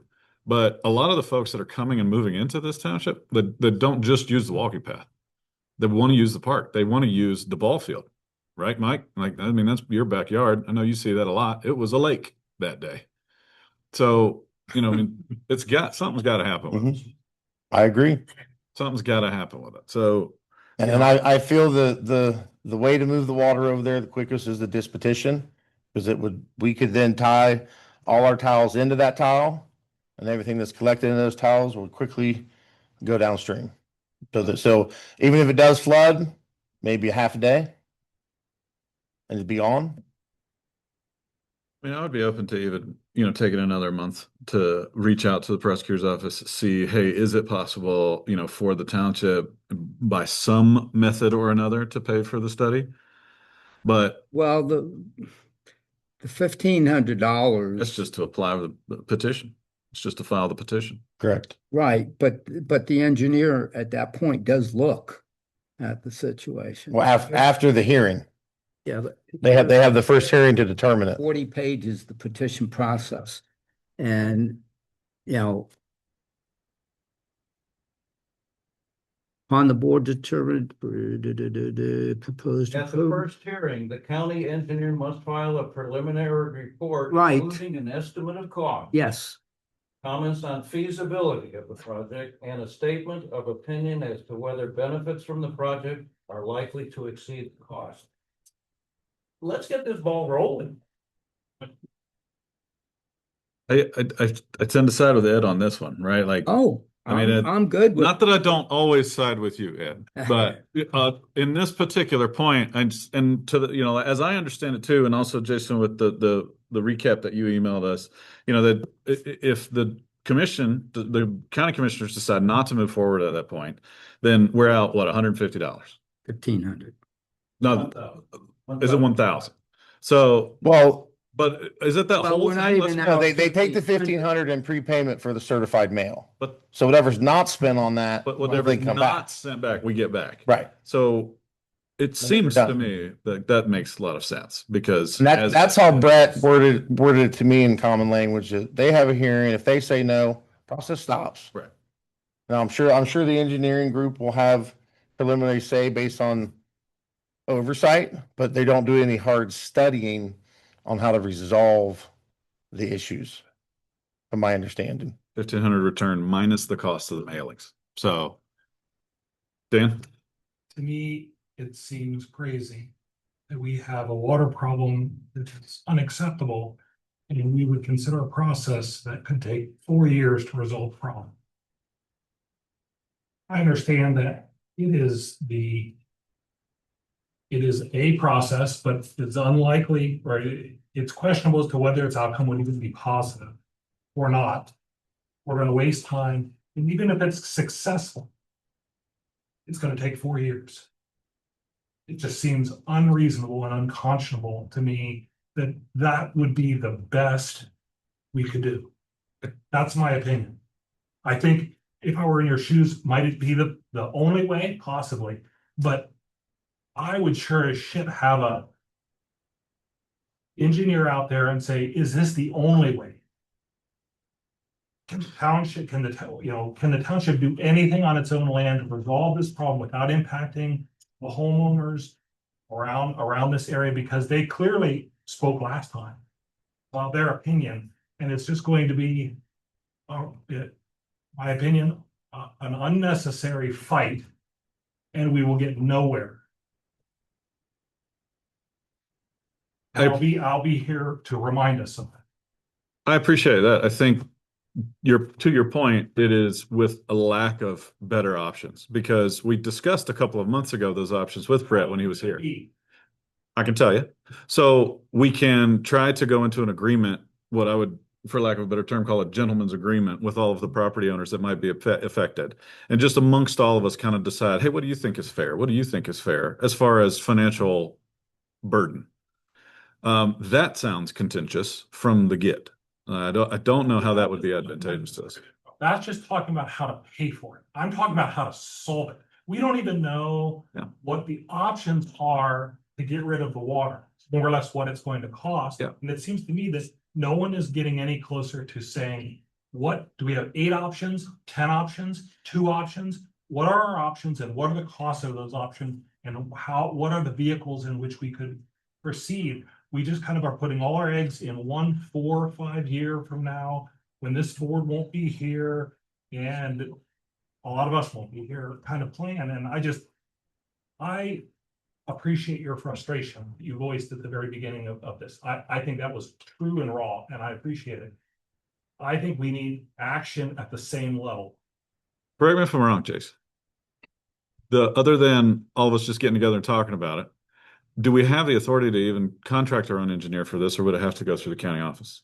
We can, I believe, contract our own engineer to do anything on our property. On our property. Our property only. Yeah, we can't do it. We on- can't do anything And now. direct advice from Brett was, if we want to replace all the tile on our property, if the tile downstream is not working, It will it's do still nothing. got nowhere to go. That was the other issue, Dan. And even conversation of, if they do the plan and the commission says no, and they give us that engineering plan, there's very unlikely that you'll find anybody do that work without a county backing. Because they won't engage in a massive project of multiple property owners and a contract and everything that goes with that. And their contractors just say, I'm not involved. County engineers have one nail and they pound that one nail and that's all they know. And that's what they're driving. This petition is the only way to go. I'd love to see an independent engineer come out and look at it and say, yep, you know what, that's the right thing to do. There's no other way to solve this. I'm not an engineer, right? I don't know what could be done, whether it could put a French drain in there that could hold, this isn't an everyday kind of problem. This is we get a strong rain and we need to hold it until it sheds it off kind of problem. We just simply don't have any facts to be able to drive hard decisions. And I just think that that's, the fact that no one has gone in and developed that and presented it back to this group so we can make decisions is unconscionable. Those thoughts? Well, there was a ditch petition that was not put through years ago. And, and the only thing that's happened, costs have gone up. You have to have one person or one entity actually put the petition in with a $1,500 bond. That's not the only way to solve this. That's Well, one. the other way is to, as Adam said, get the people in a room and say, look, if we have an engineer come out and basically they can explain, we have that information on the ditch petition. As far as the initial, we have information on what it would take to clear the water here from, we'd have to probably look through 10 or 12 years worth of minutes to find out when it was and find those papers, because we've got documents, because the township did actually pay to look at what it would, but that wasn't going to clear what was happening across the street and further down. That is a ditch petition, or we can hire an engineer to do the park, but we cannot go on private property. I agree. You can solve this problem on your own property. We don't know that we can. That's the point. But you don't know if you can't. Well, the $1,500 survey would tell us that. The $1,500 survey is going to tell you how to fix the tile in a 4-year all the way down the way. Right. It probably is the best way, right? It probably, if it passes, if it's successful, and our experience has been of 10 years, it wasn't, and it didn't get anywhere. Right? So now we're going to bet on it again that's going to solve the problem. What I'm saying is, are we so sure there isn't a way we couldn't solve this quicker? Maybe it's not the absolute best way, but it will solve the problem now or solve the problem sooner? We just haven't answered that question. No one's been able to explain or do any research on that. Only that it's And it would be, there would be two issues. One is the water here. And then the second issue is the park. And they can potentially be done separately as far as correcting the problem. And, you know, So would we be interested, Jason, in having an engineer look at two problems for us? One, the park side. What do you think the courses of actions are over there? And then this side, what are the courses of action? And that's what I would like.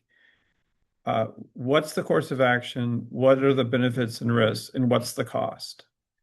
And give the board 2 to 3 courses of 2 or 3 COAs on each one. When one of them would be the ditch petition, right? I'm not opposed to that. And that's what we spoke about in our last commission meeting. That what's the benefit? Well, maybe it's the best long-term solution. What's the risk? It's going to take forever to get it, and residents are all going to. and just to throw another hiccup in there, if the commission does approve the petition, takes one property owner to appeal it, and then that goes to the courthouse. yeah. Right. Then it's in the courthouse for So who knows? if you, and this is, I don't want to over encumber you personally, because the burden of this is going to fall on you a little bit, I think, while you're doing everything else, to say, oh, would you please research this complex problem for us? But I really think the board would be best served by 2 problems, 2 to 3 courses of action, risk benefit analysis with cost, and then we can make a decision. Lisa, can we do this? Well, now we're doing that thing, and all of a sudden, if we can spend some money. Yeah, all of a sudden. So is that a thing where we need to go back and next month you tell us whether or not we can do it, and then a month after that I'm not gonna. We can. I would have to reach out and He can do the homework. right. We can. I can have an We can work it engineering out. firm come out. That's a whole different ballgame. Well, Take from Peter to give the Paul a little bit, and if that's the route we want to take, and Yep.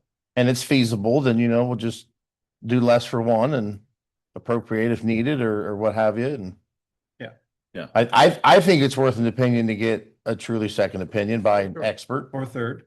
And if they lean the same way, then we at least know that, well, if this is the way, this is the way. I mean, Yes, sir. Jason, is it possible to have cameras?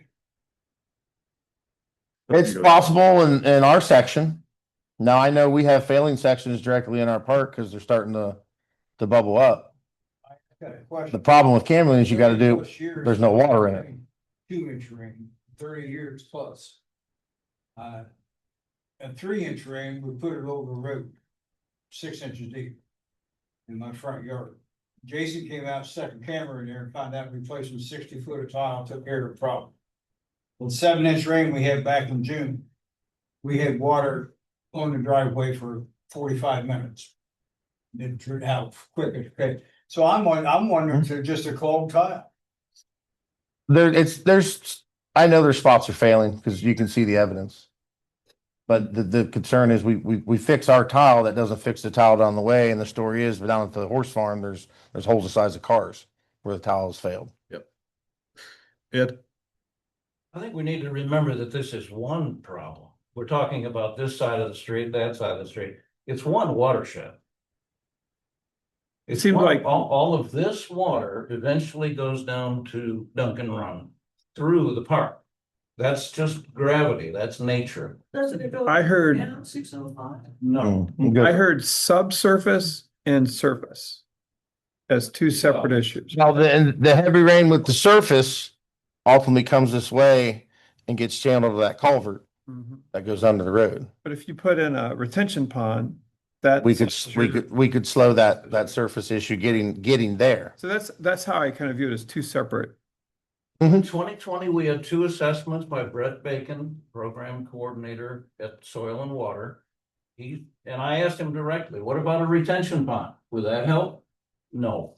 Not over there. You've got to restore the integrity of that subsurface pipe. And then, of course, you've got your ditches on top of the ditch, which you can see flowing through the park. It's a two-phase removal process, but it's one watershed, so, you know.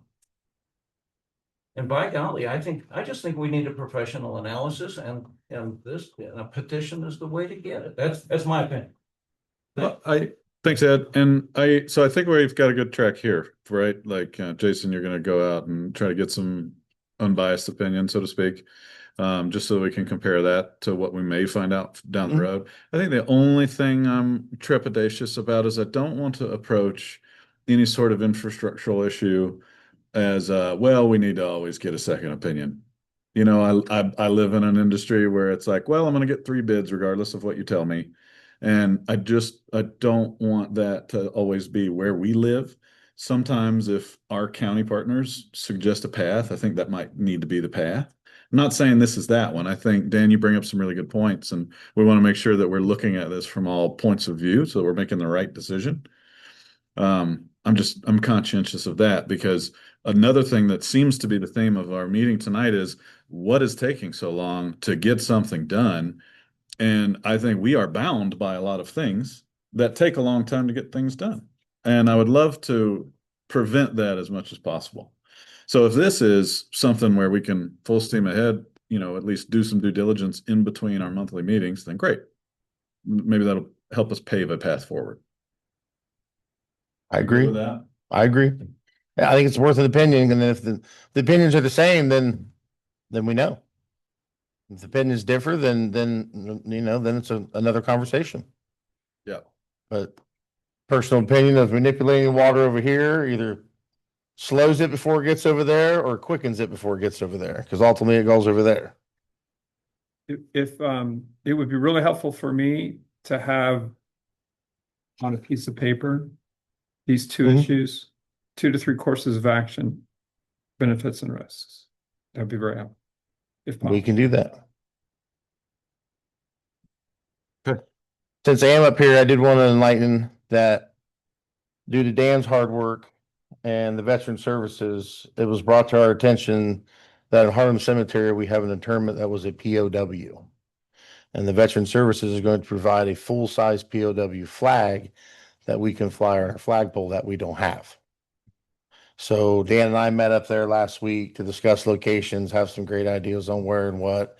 And we are wanting to install a flagpole in Harlem Cemetery. Ultimately, I would like to install them in the other 2 cemeteries up off Fancher and Green Cook.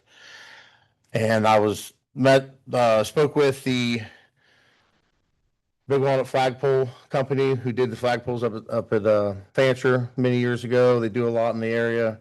Long story short, he gave me some rough costs, but he did tell me that a lot of local VFWs support these projects and will donate for some of these projects. So I've asked Ashley along with myself to go into look into the VFW and maybe other organizations on how to pay for this project or help pay for it. Because long story short, a flagpole is about $3,200 installed. Being in the cemetery, he recommends using a vac truck to dig a hole in case we find something that's unmarked. And number one question is, if we do find something, what do we plan to do with it? Per se, move it. So that was his big concern on being a such old cemetery with, we think they're here, we think they're there. There's no stones here, but we don't know. So that's a work in process. I think I had that in consent agenda, but I just wanted to let you guys know that we're going to look forward with that and see if we can find other funding. And then his advice was if we want to do all the cemeteries with the vac truck, it's a one-time shop. The vac truck's $2,000, but the pole's at 32 a pop. We're down, you know, we go from $5,000 to quickly 10 to 12, which I have to look into the budgeting of the cemetery about that, which I've been telling Lisa with some reports to how much does the cemetery actually bring in itself for operating based on what we're now engaging in headstone replacement, flagpole installation, other upgrades we're looking for, and is this budget going to be sustainable? And that's what I'm working on now. But I'd like to push this flagpole president of the other 2 to try to get those flags up as soon as we can. And assuming this POW is not a Revolutionary War vet. They're not. Would be interested to get some more information on, because I assume this is a recent discovery. It's actually been noted for quite a while, but it's just rediscovered. I got you. What war? We're making well. Pretty incredible. Okay. Which truly makes me ponder if that's one of 1812. We got pretty big cemeteries. Are there others in here that we don't know of? My thought, but Okay. we're all in process, and Dan and I are digging away at it behind the scenes and moving forward. Thanks, Jason. And one last thing, just to update everybody in the public, that we did have a gas line rupture this afternoon on Robbins Road at 6:05. The gas company came out, made the repair, got everything back together, and the road was reopened within a couple hours. So we are all safe and sound and no fire. Thank you for everything. Bob, what do you got? Just some updates, home rule. The sheriff's department has a contract now that they are going to look at, their staff is going to look at, and then they're going to, based on what they say, send it to their council to review. And if that passes there with any changes, then, we'd approve it to go to the prosecutor's office to see if that would work. If that works, then it's a matter of sitting down with the prosecutor, county prosecutor, coming up with some kind of a program or, legal advice from the county for the township. So, sewer agreement, and I spoke to two of the commissioners and their thoughts, as well as what we discussed last month with Tiffany Mag, who's head of the sewer district, but the commissioners make the decision. Initially, they were looking at a potential cost for the first phase. Estimate they thought was going to be like $7 million. At that point, they were talking about whether there was a way that the county could basically cover those costs. Apparently, it's going to be significantly more. At this point, basically, they are looking at, they've got the first preliminary engineering work done. That's where they're stopping at this point. And they're going to wait till some developer tells them how they're going to get paid. Because I told them the township's not, well, which they know, township's not really paying for. So that's where we're at. Well, John went over it was just to bring up the discussion on the New Albany CETA, which we covered significantly. Talked to the county engineer, Doug Riedel, and the county engineer as far as putting our logos and on the roundabouts or entrances.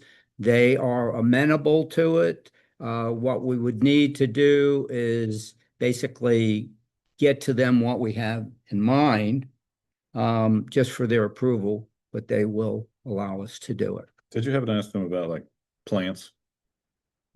I did not ask them about plans, no. Somebody, because I know somebody's thinking about it. The beautification of Fed roundabouts. Who would maintain them? That is the question, right? The county's not going to maintain plants. And again, I did not ask them, but there you've got a liability factor, someone working on the roundabout with cars going around, but I don't know. I have not asked them about that. Maybe when Doug comes next. Yeah. We can ask about. Well, that's, and another concern is the roundabout here in Farrington, that's an ODOT roundabout. So we'd have to include the state of Ohio as well. But that's not the beginning of the township. We're talking Yeah. about putting the new logo when you're entering Harlem Township and having. So. Right, so we can put. A little bit further once you get to Belhammer. Yeah, it would just be as you're entering. So Fancher maintains that roundabout anyway, the weeds are growing like crazy. ODOT. They will, I get a lot of calls about it. and they actually, 7 feet away from that, it looks awful. I think they actually contracted out. Probably. It's embarrassing. Oh, the Delaware, I attended the Delaware County Township Association meeting and was talking to a number of people. It was in Radnor, and they got a 50, no, City of Delaware got a $51,000 grant for splash pad and restroom for their park. Village of Radnor actually got a grant to set up a park. So let's see, there was another one. It wasn't in Delaware County, but the Village of DuPont got a 40,000 park improvement grant. They're in Putnam County, I'm sorry. So I think we need to, start looking at grants. There was in the Ohio Township Association News, the Washington Township Franklin County Fire Department. No, I'm sorry, wrong one. It was the fire department got a major grant. And just even looking at our OPWC grant for our roads, we paid $5,000 as a township or $6,000 out of 220 something thousand, something like that. The rest was paid for by grants. So just something we need to start to consider looking for some of that money. Concur. Joni. Impression that you were hiring a township administrator who was going to be Yes, able to write grants and things like that? look into this. Yep, we're still in the process of Yeah. interviewing for that position. But yes, that is It is one of the jobs that will be assigned to an administrator. Correct. indeed. Anything else, Bob? Nope. Okay. We have one additional resolution here as far as the acceptance of the Communications Committee bylaws. They were distributed prior to last month's meeting. Any comments or concerns on the edited draft of that? No. Lindsay. Absolutely. Will you come up to the mic, Lindsay? Tell us what Jake is up to too. Yeah. Hi, Lindsay Kuhn, Chair of the Communications Committee. To answer John's first question, the township's summer intern, Jake, we have given him kind of like a live Word document with just ongoing lists of tasks. And then every week he's supposed to be crossing them off. The tasks are things like review the events calendar and make social media posts for the events that are coming up. We've asked him to make a couple updates to the website, like content updates, like adding buttons and updating, pictures and news items and things like that. So with his evening schedule, we thought that was the best way to communicate with him, is to just an ongoing list, and he just crosses things off and sends an email when they're done. Yeah. My comment on the Communications Committee bylaws. When you guys, if you approve them, I wanted to kind of make sure that we're all on the same page, that what you're gaining with, I think, the scope of work and bylaws for the Communications Committee as a group of volunteers is you're gaining what I believe is kind of like an entry-level communications employee in terms of what the scope of the committee is. We can post on the Facebook page, send emails, create newsletters, but I would like to recommend additional discussion for future meetings on hiring somebody part-time. And I wanted to reference crowd communication and your thoughts on them and how they can support big campaigns like Home Rule. I'd push you to go further and consider Cryle to give you a proposal for just ongoing retainer to be a partner, because I think what we're missing is like a communications leadership position. With that meaning somebody to interface with each of you individually in your assigned areas, somebody that can get a who, what, where, and why about the CETA agreements and the sewer and home rule and all these probably dozens of things that we have going on, the new community authority, because that we needed to do a better job of communicating to the communications committee, somebody strategically writing it out. This is what we need to present to residents. And then our committee can figure out, well, how do we do then the task level stuff of distributing it? That's just one kind of idea of how Cryo could work with us, or a strategic communications firm like Cryo could work with us on an ongoing basis. But I want to recommend that because I think it's what we're missing.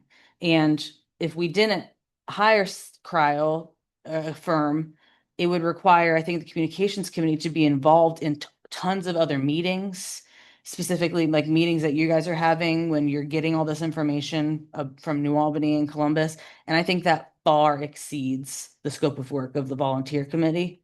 So that's why I think this is a good solution.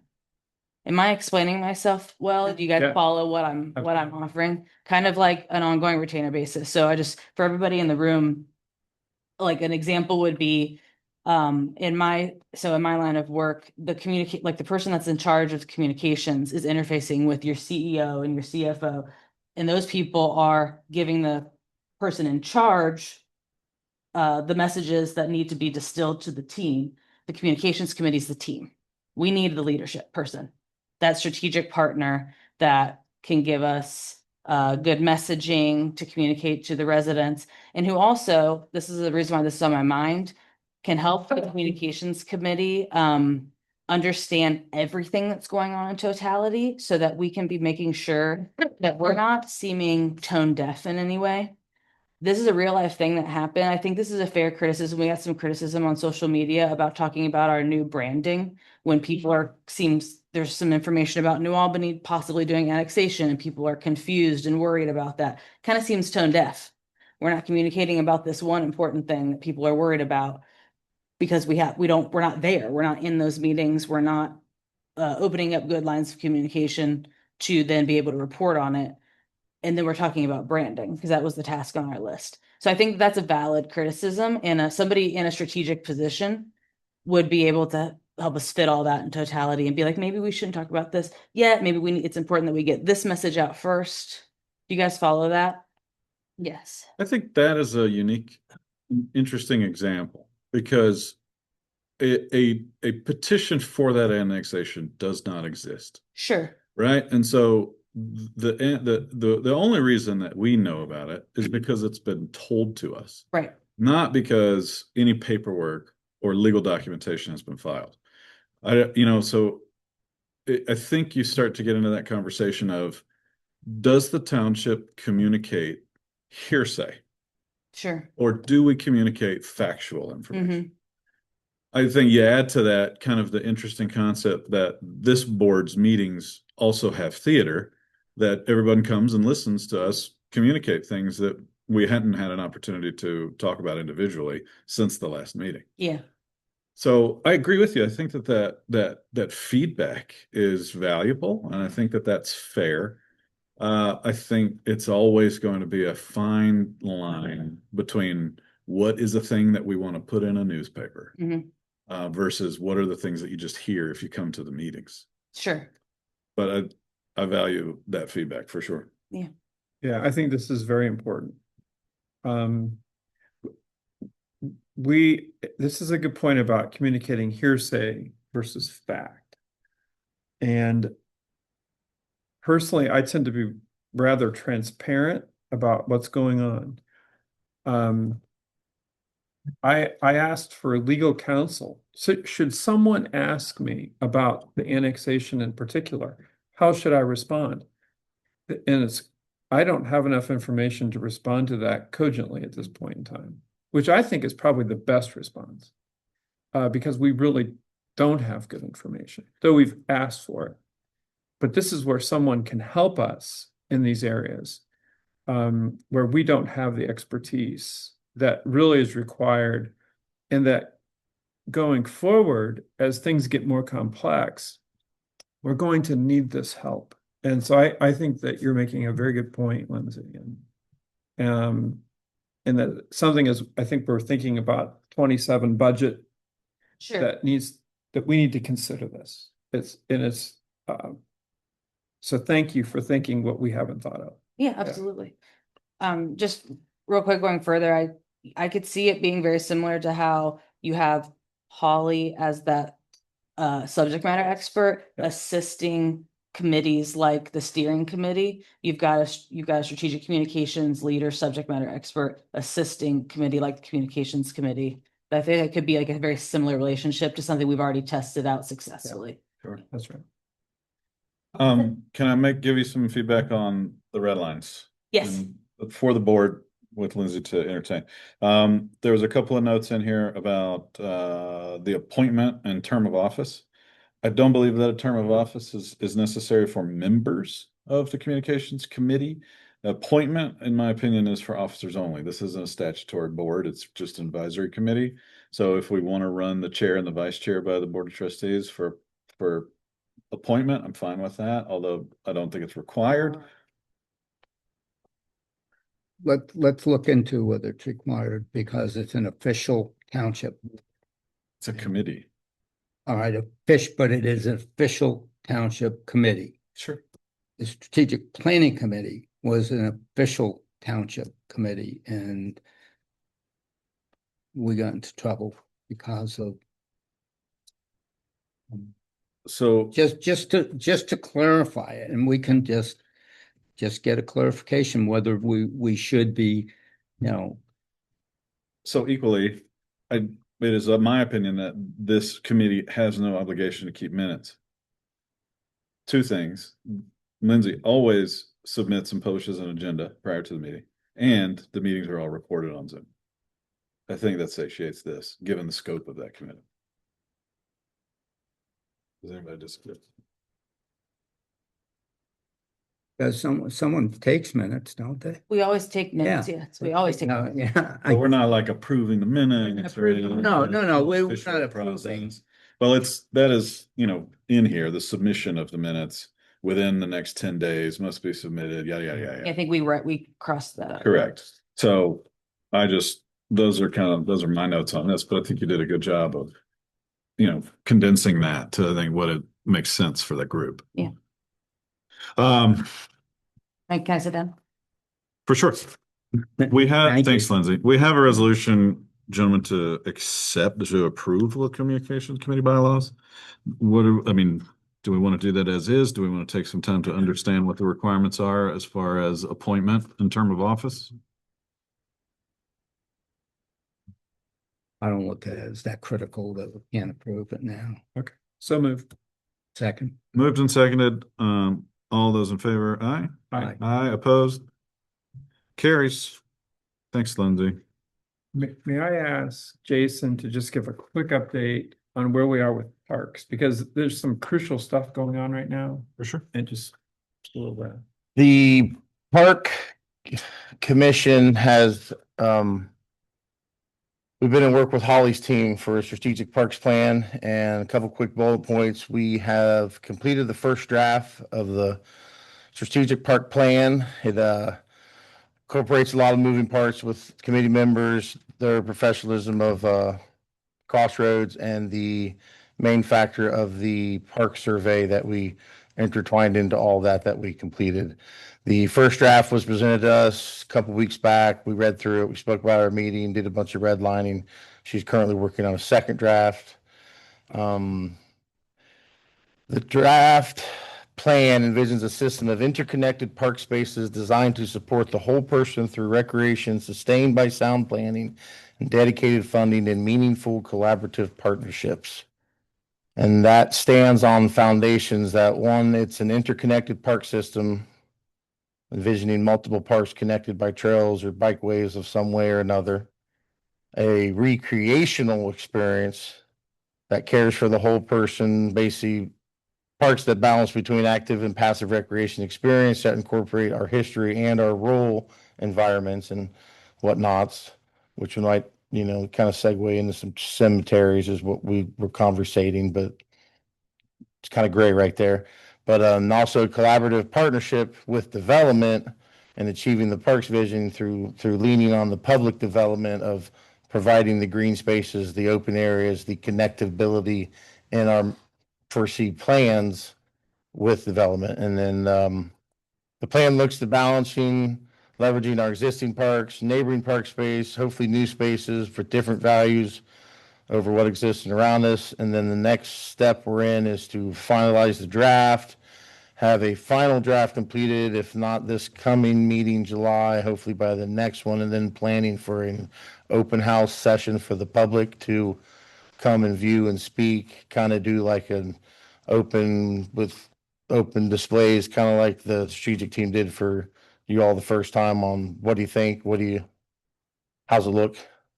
So it's been quite involved task behind the scenes,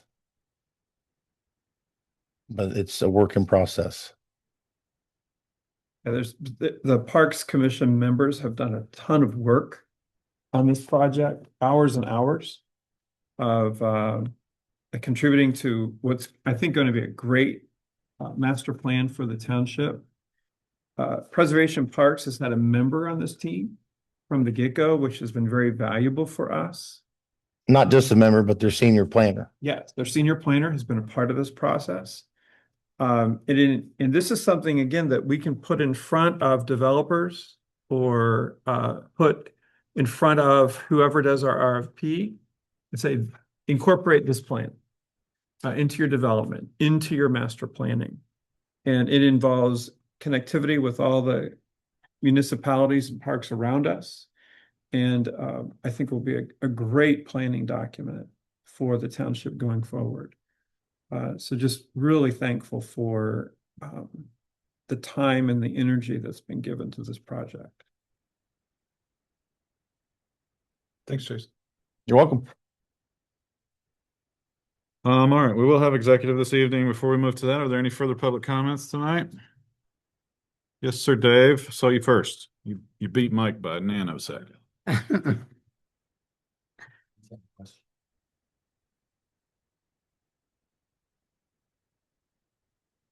Dave Snyder, I'm the Township Community Liaison for America 250 Ohio. I just wanted to give you a quick update about where we are right now with the series of events that will allow the community, I think, to really embrace the great broad range of the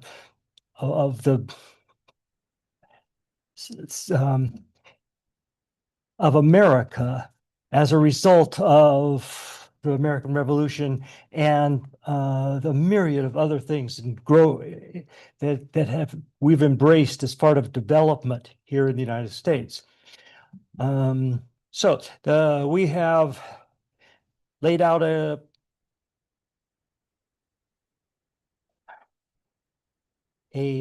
app on a computer that allows people to go virtually or physically to our cemeteries and explore and see the graves of Revolutionary War veterans that are buried here in Harlem Township. We have started working throughout the community with conversations about how can we take better care of our cemeteries? What are our priorities here? We've talked with people about the importance of understanding the people that make up so much of our heritage here. It's not just a headstone that is there. It's the remains of a person. And the people there have amazing stories. They really have influenced Harlem Township. And we have a committee now that is working together, a group that's working to lay out a series of the stories that we can put together over the next, we're hoping, year, and have in places where they have been archived so that people in future generations are going to be able to find those stories. We've also started working on a program with several events that are going to highlight the importance, the development, the growth, of agriculture here in Harlem Township. Just one example here this evening, we had John Yale here with a hit and miss. It's like a generator, but it's not electric, it's gas, and it works around. You take it in the 1890s to where you needed it on your farm because you didn't have electricity all over your farm. All of these sorts of things we're beginning to get across to people on this. And coming up, I'm just going to finish with the easy first one here. On July 4th, we have a ceremony set up to at the flagpole at noon. The firefighters are going to read the Declaration of Independence. We're going to have flags. We're looking into, depending on weather, ice cream, other kinds of things. We've got music, we've got a sound system. So it's going to be a Harlem Township event that I think is going to really convey a lot to people about just how sincere, how real the township is. So with that, are there any questions? I just want to thank both you and Dan for what you've done with the cemeteries and such, and brought it to the attention of the township. As Ed has done or helped to do with the park, the same thing is happening with the cemetery, and it's been a long time coming. Thanks, Dave. Mike? I just have a question really, relating back to the discussion that you had early on regarding the request for proposal for master plan for Southwest Quadrant. I don't understand, or it's not clear to me what area of the township you're actually talking about. John, you mentioned 300 acres, and then you said expanded to include the Southwest Quadrant. Will the request for proposal specifically define the area that you're referring to? I think it has to, Mike. And so when Holly came back, she said the 300 acres. I'm like, no, it's got to be bigger than that. And so when you're looking at the landowners there right now, they're trying to put together 800 to 1,000 acres in the first master plan. So maybe it's those 800 to 1,000 acres. And my question to her was, can you just think about the entire quadrant of the township? And can we master plan the whole quadrant? I don't know how feasible that is, but it has to be larger than just the business park. It should at least be all the initial properties that will be developed when sewer comes in. But we should be thinking conceptually about that entire quadrant. And so it could be that plan grows, is detailed in the center and gets conceptual as it gets to the borders of those Southwest Quadrant. But at least that we're thinking about thoroughfare, connectivity, what's residential, what's park, et cetera. And so it might get a little more bubble ideas on the exterior, with more detail in the interior. And I'm speaking of what I do not know, but it needs to be more than 300 acres. Yeah, well, that's the reason I'm asking, is because it's always been unclear as to me as to which area of the township is included. Yep. Because we know that we had a major reaction from the folks who live down in the southwest area along, excuse me, along Smothers Road and then Covan Drive. Those folks don't want anything different from what's already there. I mean, that's what we've heard from them. Right. If they're included in this quadrant, then Yeah. they should be made aware Yeah. of that. So That it absolutely- doesn't come as a big surprise to them Absolutely not. when the proposal comes out. That's right. And part of the stakeholders in this is to include meetings with residents. And so I would anticipate that whoever's leading this, that they are engaging the residents in town hall meetings as this plan is created in that Southwest Quadrant. Okay, that'll be part of the RFP that It you're is. talking about. It is. Okay. Yep. All right, well, Very important. and I know you've got a draft. You didn't approve anything tonight. You No. had some brief discussion about That's it. it. Yeah. Thank you. Thanks, Mike. Tony?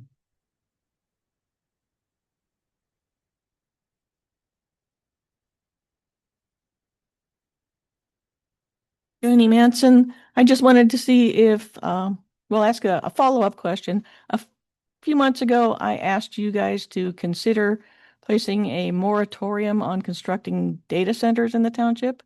And I was wondering if you had given that any more thought.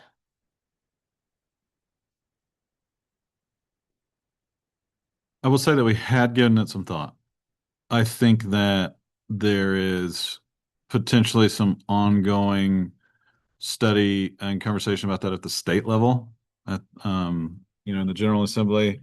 And so part of it for us was, well, let's wait and see what they say. I know that some neighboring municipalities had moved forward with a moratorium on that sort of development based on public outcry, based on, existing plans. We don't have any of those existing plans here, not to say that we're not paying attention to it. You But- can't do a moratorium after you get somebody talking to you about putting a data center in.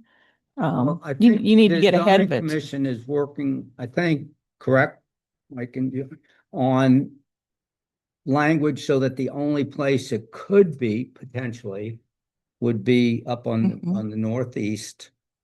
Yeah, we have not, it's not ready for hearings yet. No, I understand, but I mean, it is In the meantime, working with that. in the meantime, they are permitted here in the township, according to our zoning. So I just wanted to get that across that, data centers seem to be one thing that Americans of all stripes are uniting against. It's the one thing that may be unifying America at this point. And it is not positive towards data centers. I disagree, John. Fundamentally disagree. With what aspect of? I'll comment. One, again, I think it's reactive. At the strategic level, data centers are very important to this country. Because we're in a global competition. And so on a strategic level, I'm not opposed to data centers. The country needs them. And New Albany has 17 already. Where they're located is a whole nother story. So our adversaries are very interested in pushing a narrative that is oppositional to something that is vital to our national security. And so I want to be sensitive as a citizen about the sources of what I read, about the reason behind these narratives, etc., so that I'm driven by facts. So I am very interested in House Bill 646 and letting that unwind as the House does their work. And we get more facts about the economic, power, water implications of data centers, so that we can make good decisions. In the next decade, I think the country is going to be working hard to solve some of these problems we're facing now, whether it's on internal cooling, that's on a loop, whether it's gas power or packaged nuclear power that solves some of these drains on our electrical grid.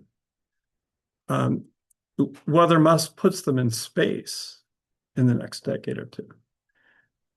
So I tend to be more, let's wait and see. Let's watch how this unfolds as people do due diligence. I'm very curious about Loudoun County, Virginia, that has the most dense population of data centers right now and how they're responding to this. I think we should really watch that. One of the things that Sunbury is wrestling with right now is finding subject matter experts to come and talk to them about all of these issues that are true subject matter experts but that have our local interests at heart, but that are not overly biased in one way or another. And so for the township to get SMEs in front of us that don't have an agenda except for facts, I think would be great so that we're better informed. But I would oppose what I would view as kind of a knee-jerk moratorium. A moratorium doesn't last forever. You No, put an and end that's- date on it. Understood. But it communicates when we as a township do something like that, we're communicating something. Mhm. And we're saying we're against this. We're saying we care more about the environment. And I don't necessarily buy that line. Ah, So okay, then we're fundamentally opposed on that issue. correct. Until I'm better informed. Which at this point, I personally don't see a reason for a moratorium because of environmental factors. So that's kind of where I am today. I think the environment and the health factors are paramount. Well, I in do too. These kind of I do issues. too. But I'm not sure it's as black and white as what's being proposed. So that's kind of where I am today. So let's learn more about this as we walk down this path. But I don't think it's on our doorstep. But I am curious about what's happening in the southeast corner. Mhm. I don't know if Me it's too. on our side of the county line or. My position with data centers at this point is the fact that we don't have the electric, we don't have the water. At this point, we're not going to. The legislature is looking into it, and they said within 6 months they'll have something. Within 6 months, we're not going to have the availability of a data center. So that's why I'm waiting. I've done extensive research on data centers, and a lot of it I don't see as positive.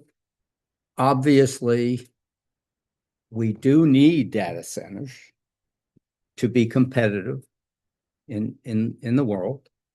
The question is, where is the best place to put them? And at this point, I don't see Harlem Township as the best place to put them. The best way to stop them is through zoning. And to make it difficult is through zoning. And zoning commission is working on that Those right things now. Okay. Thank you for your honest Yeah. responses. Thanks, Jenny.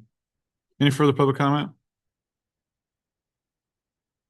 I would make a motion to move into executive session at 9:02 PM to consider the appointment, employment, dismissal, discipline, promotion, demotion, or compensation of a public employee or official, or the investigation of charges or complaints against the public employee, official, licensee, or regulated individual, unless the employee, official, licensee, or regulated individual requests a public hearing by Division G1 of Section 121.22 of the ORC. I would also invite Fiscal Officer Lisa Hersey to executive session. Do I have a second? Second.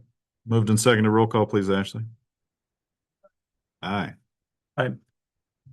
Aye, we are in a motion carries. We are in executive session.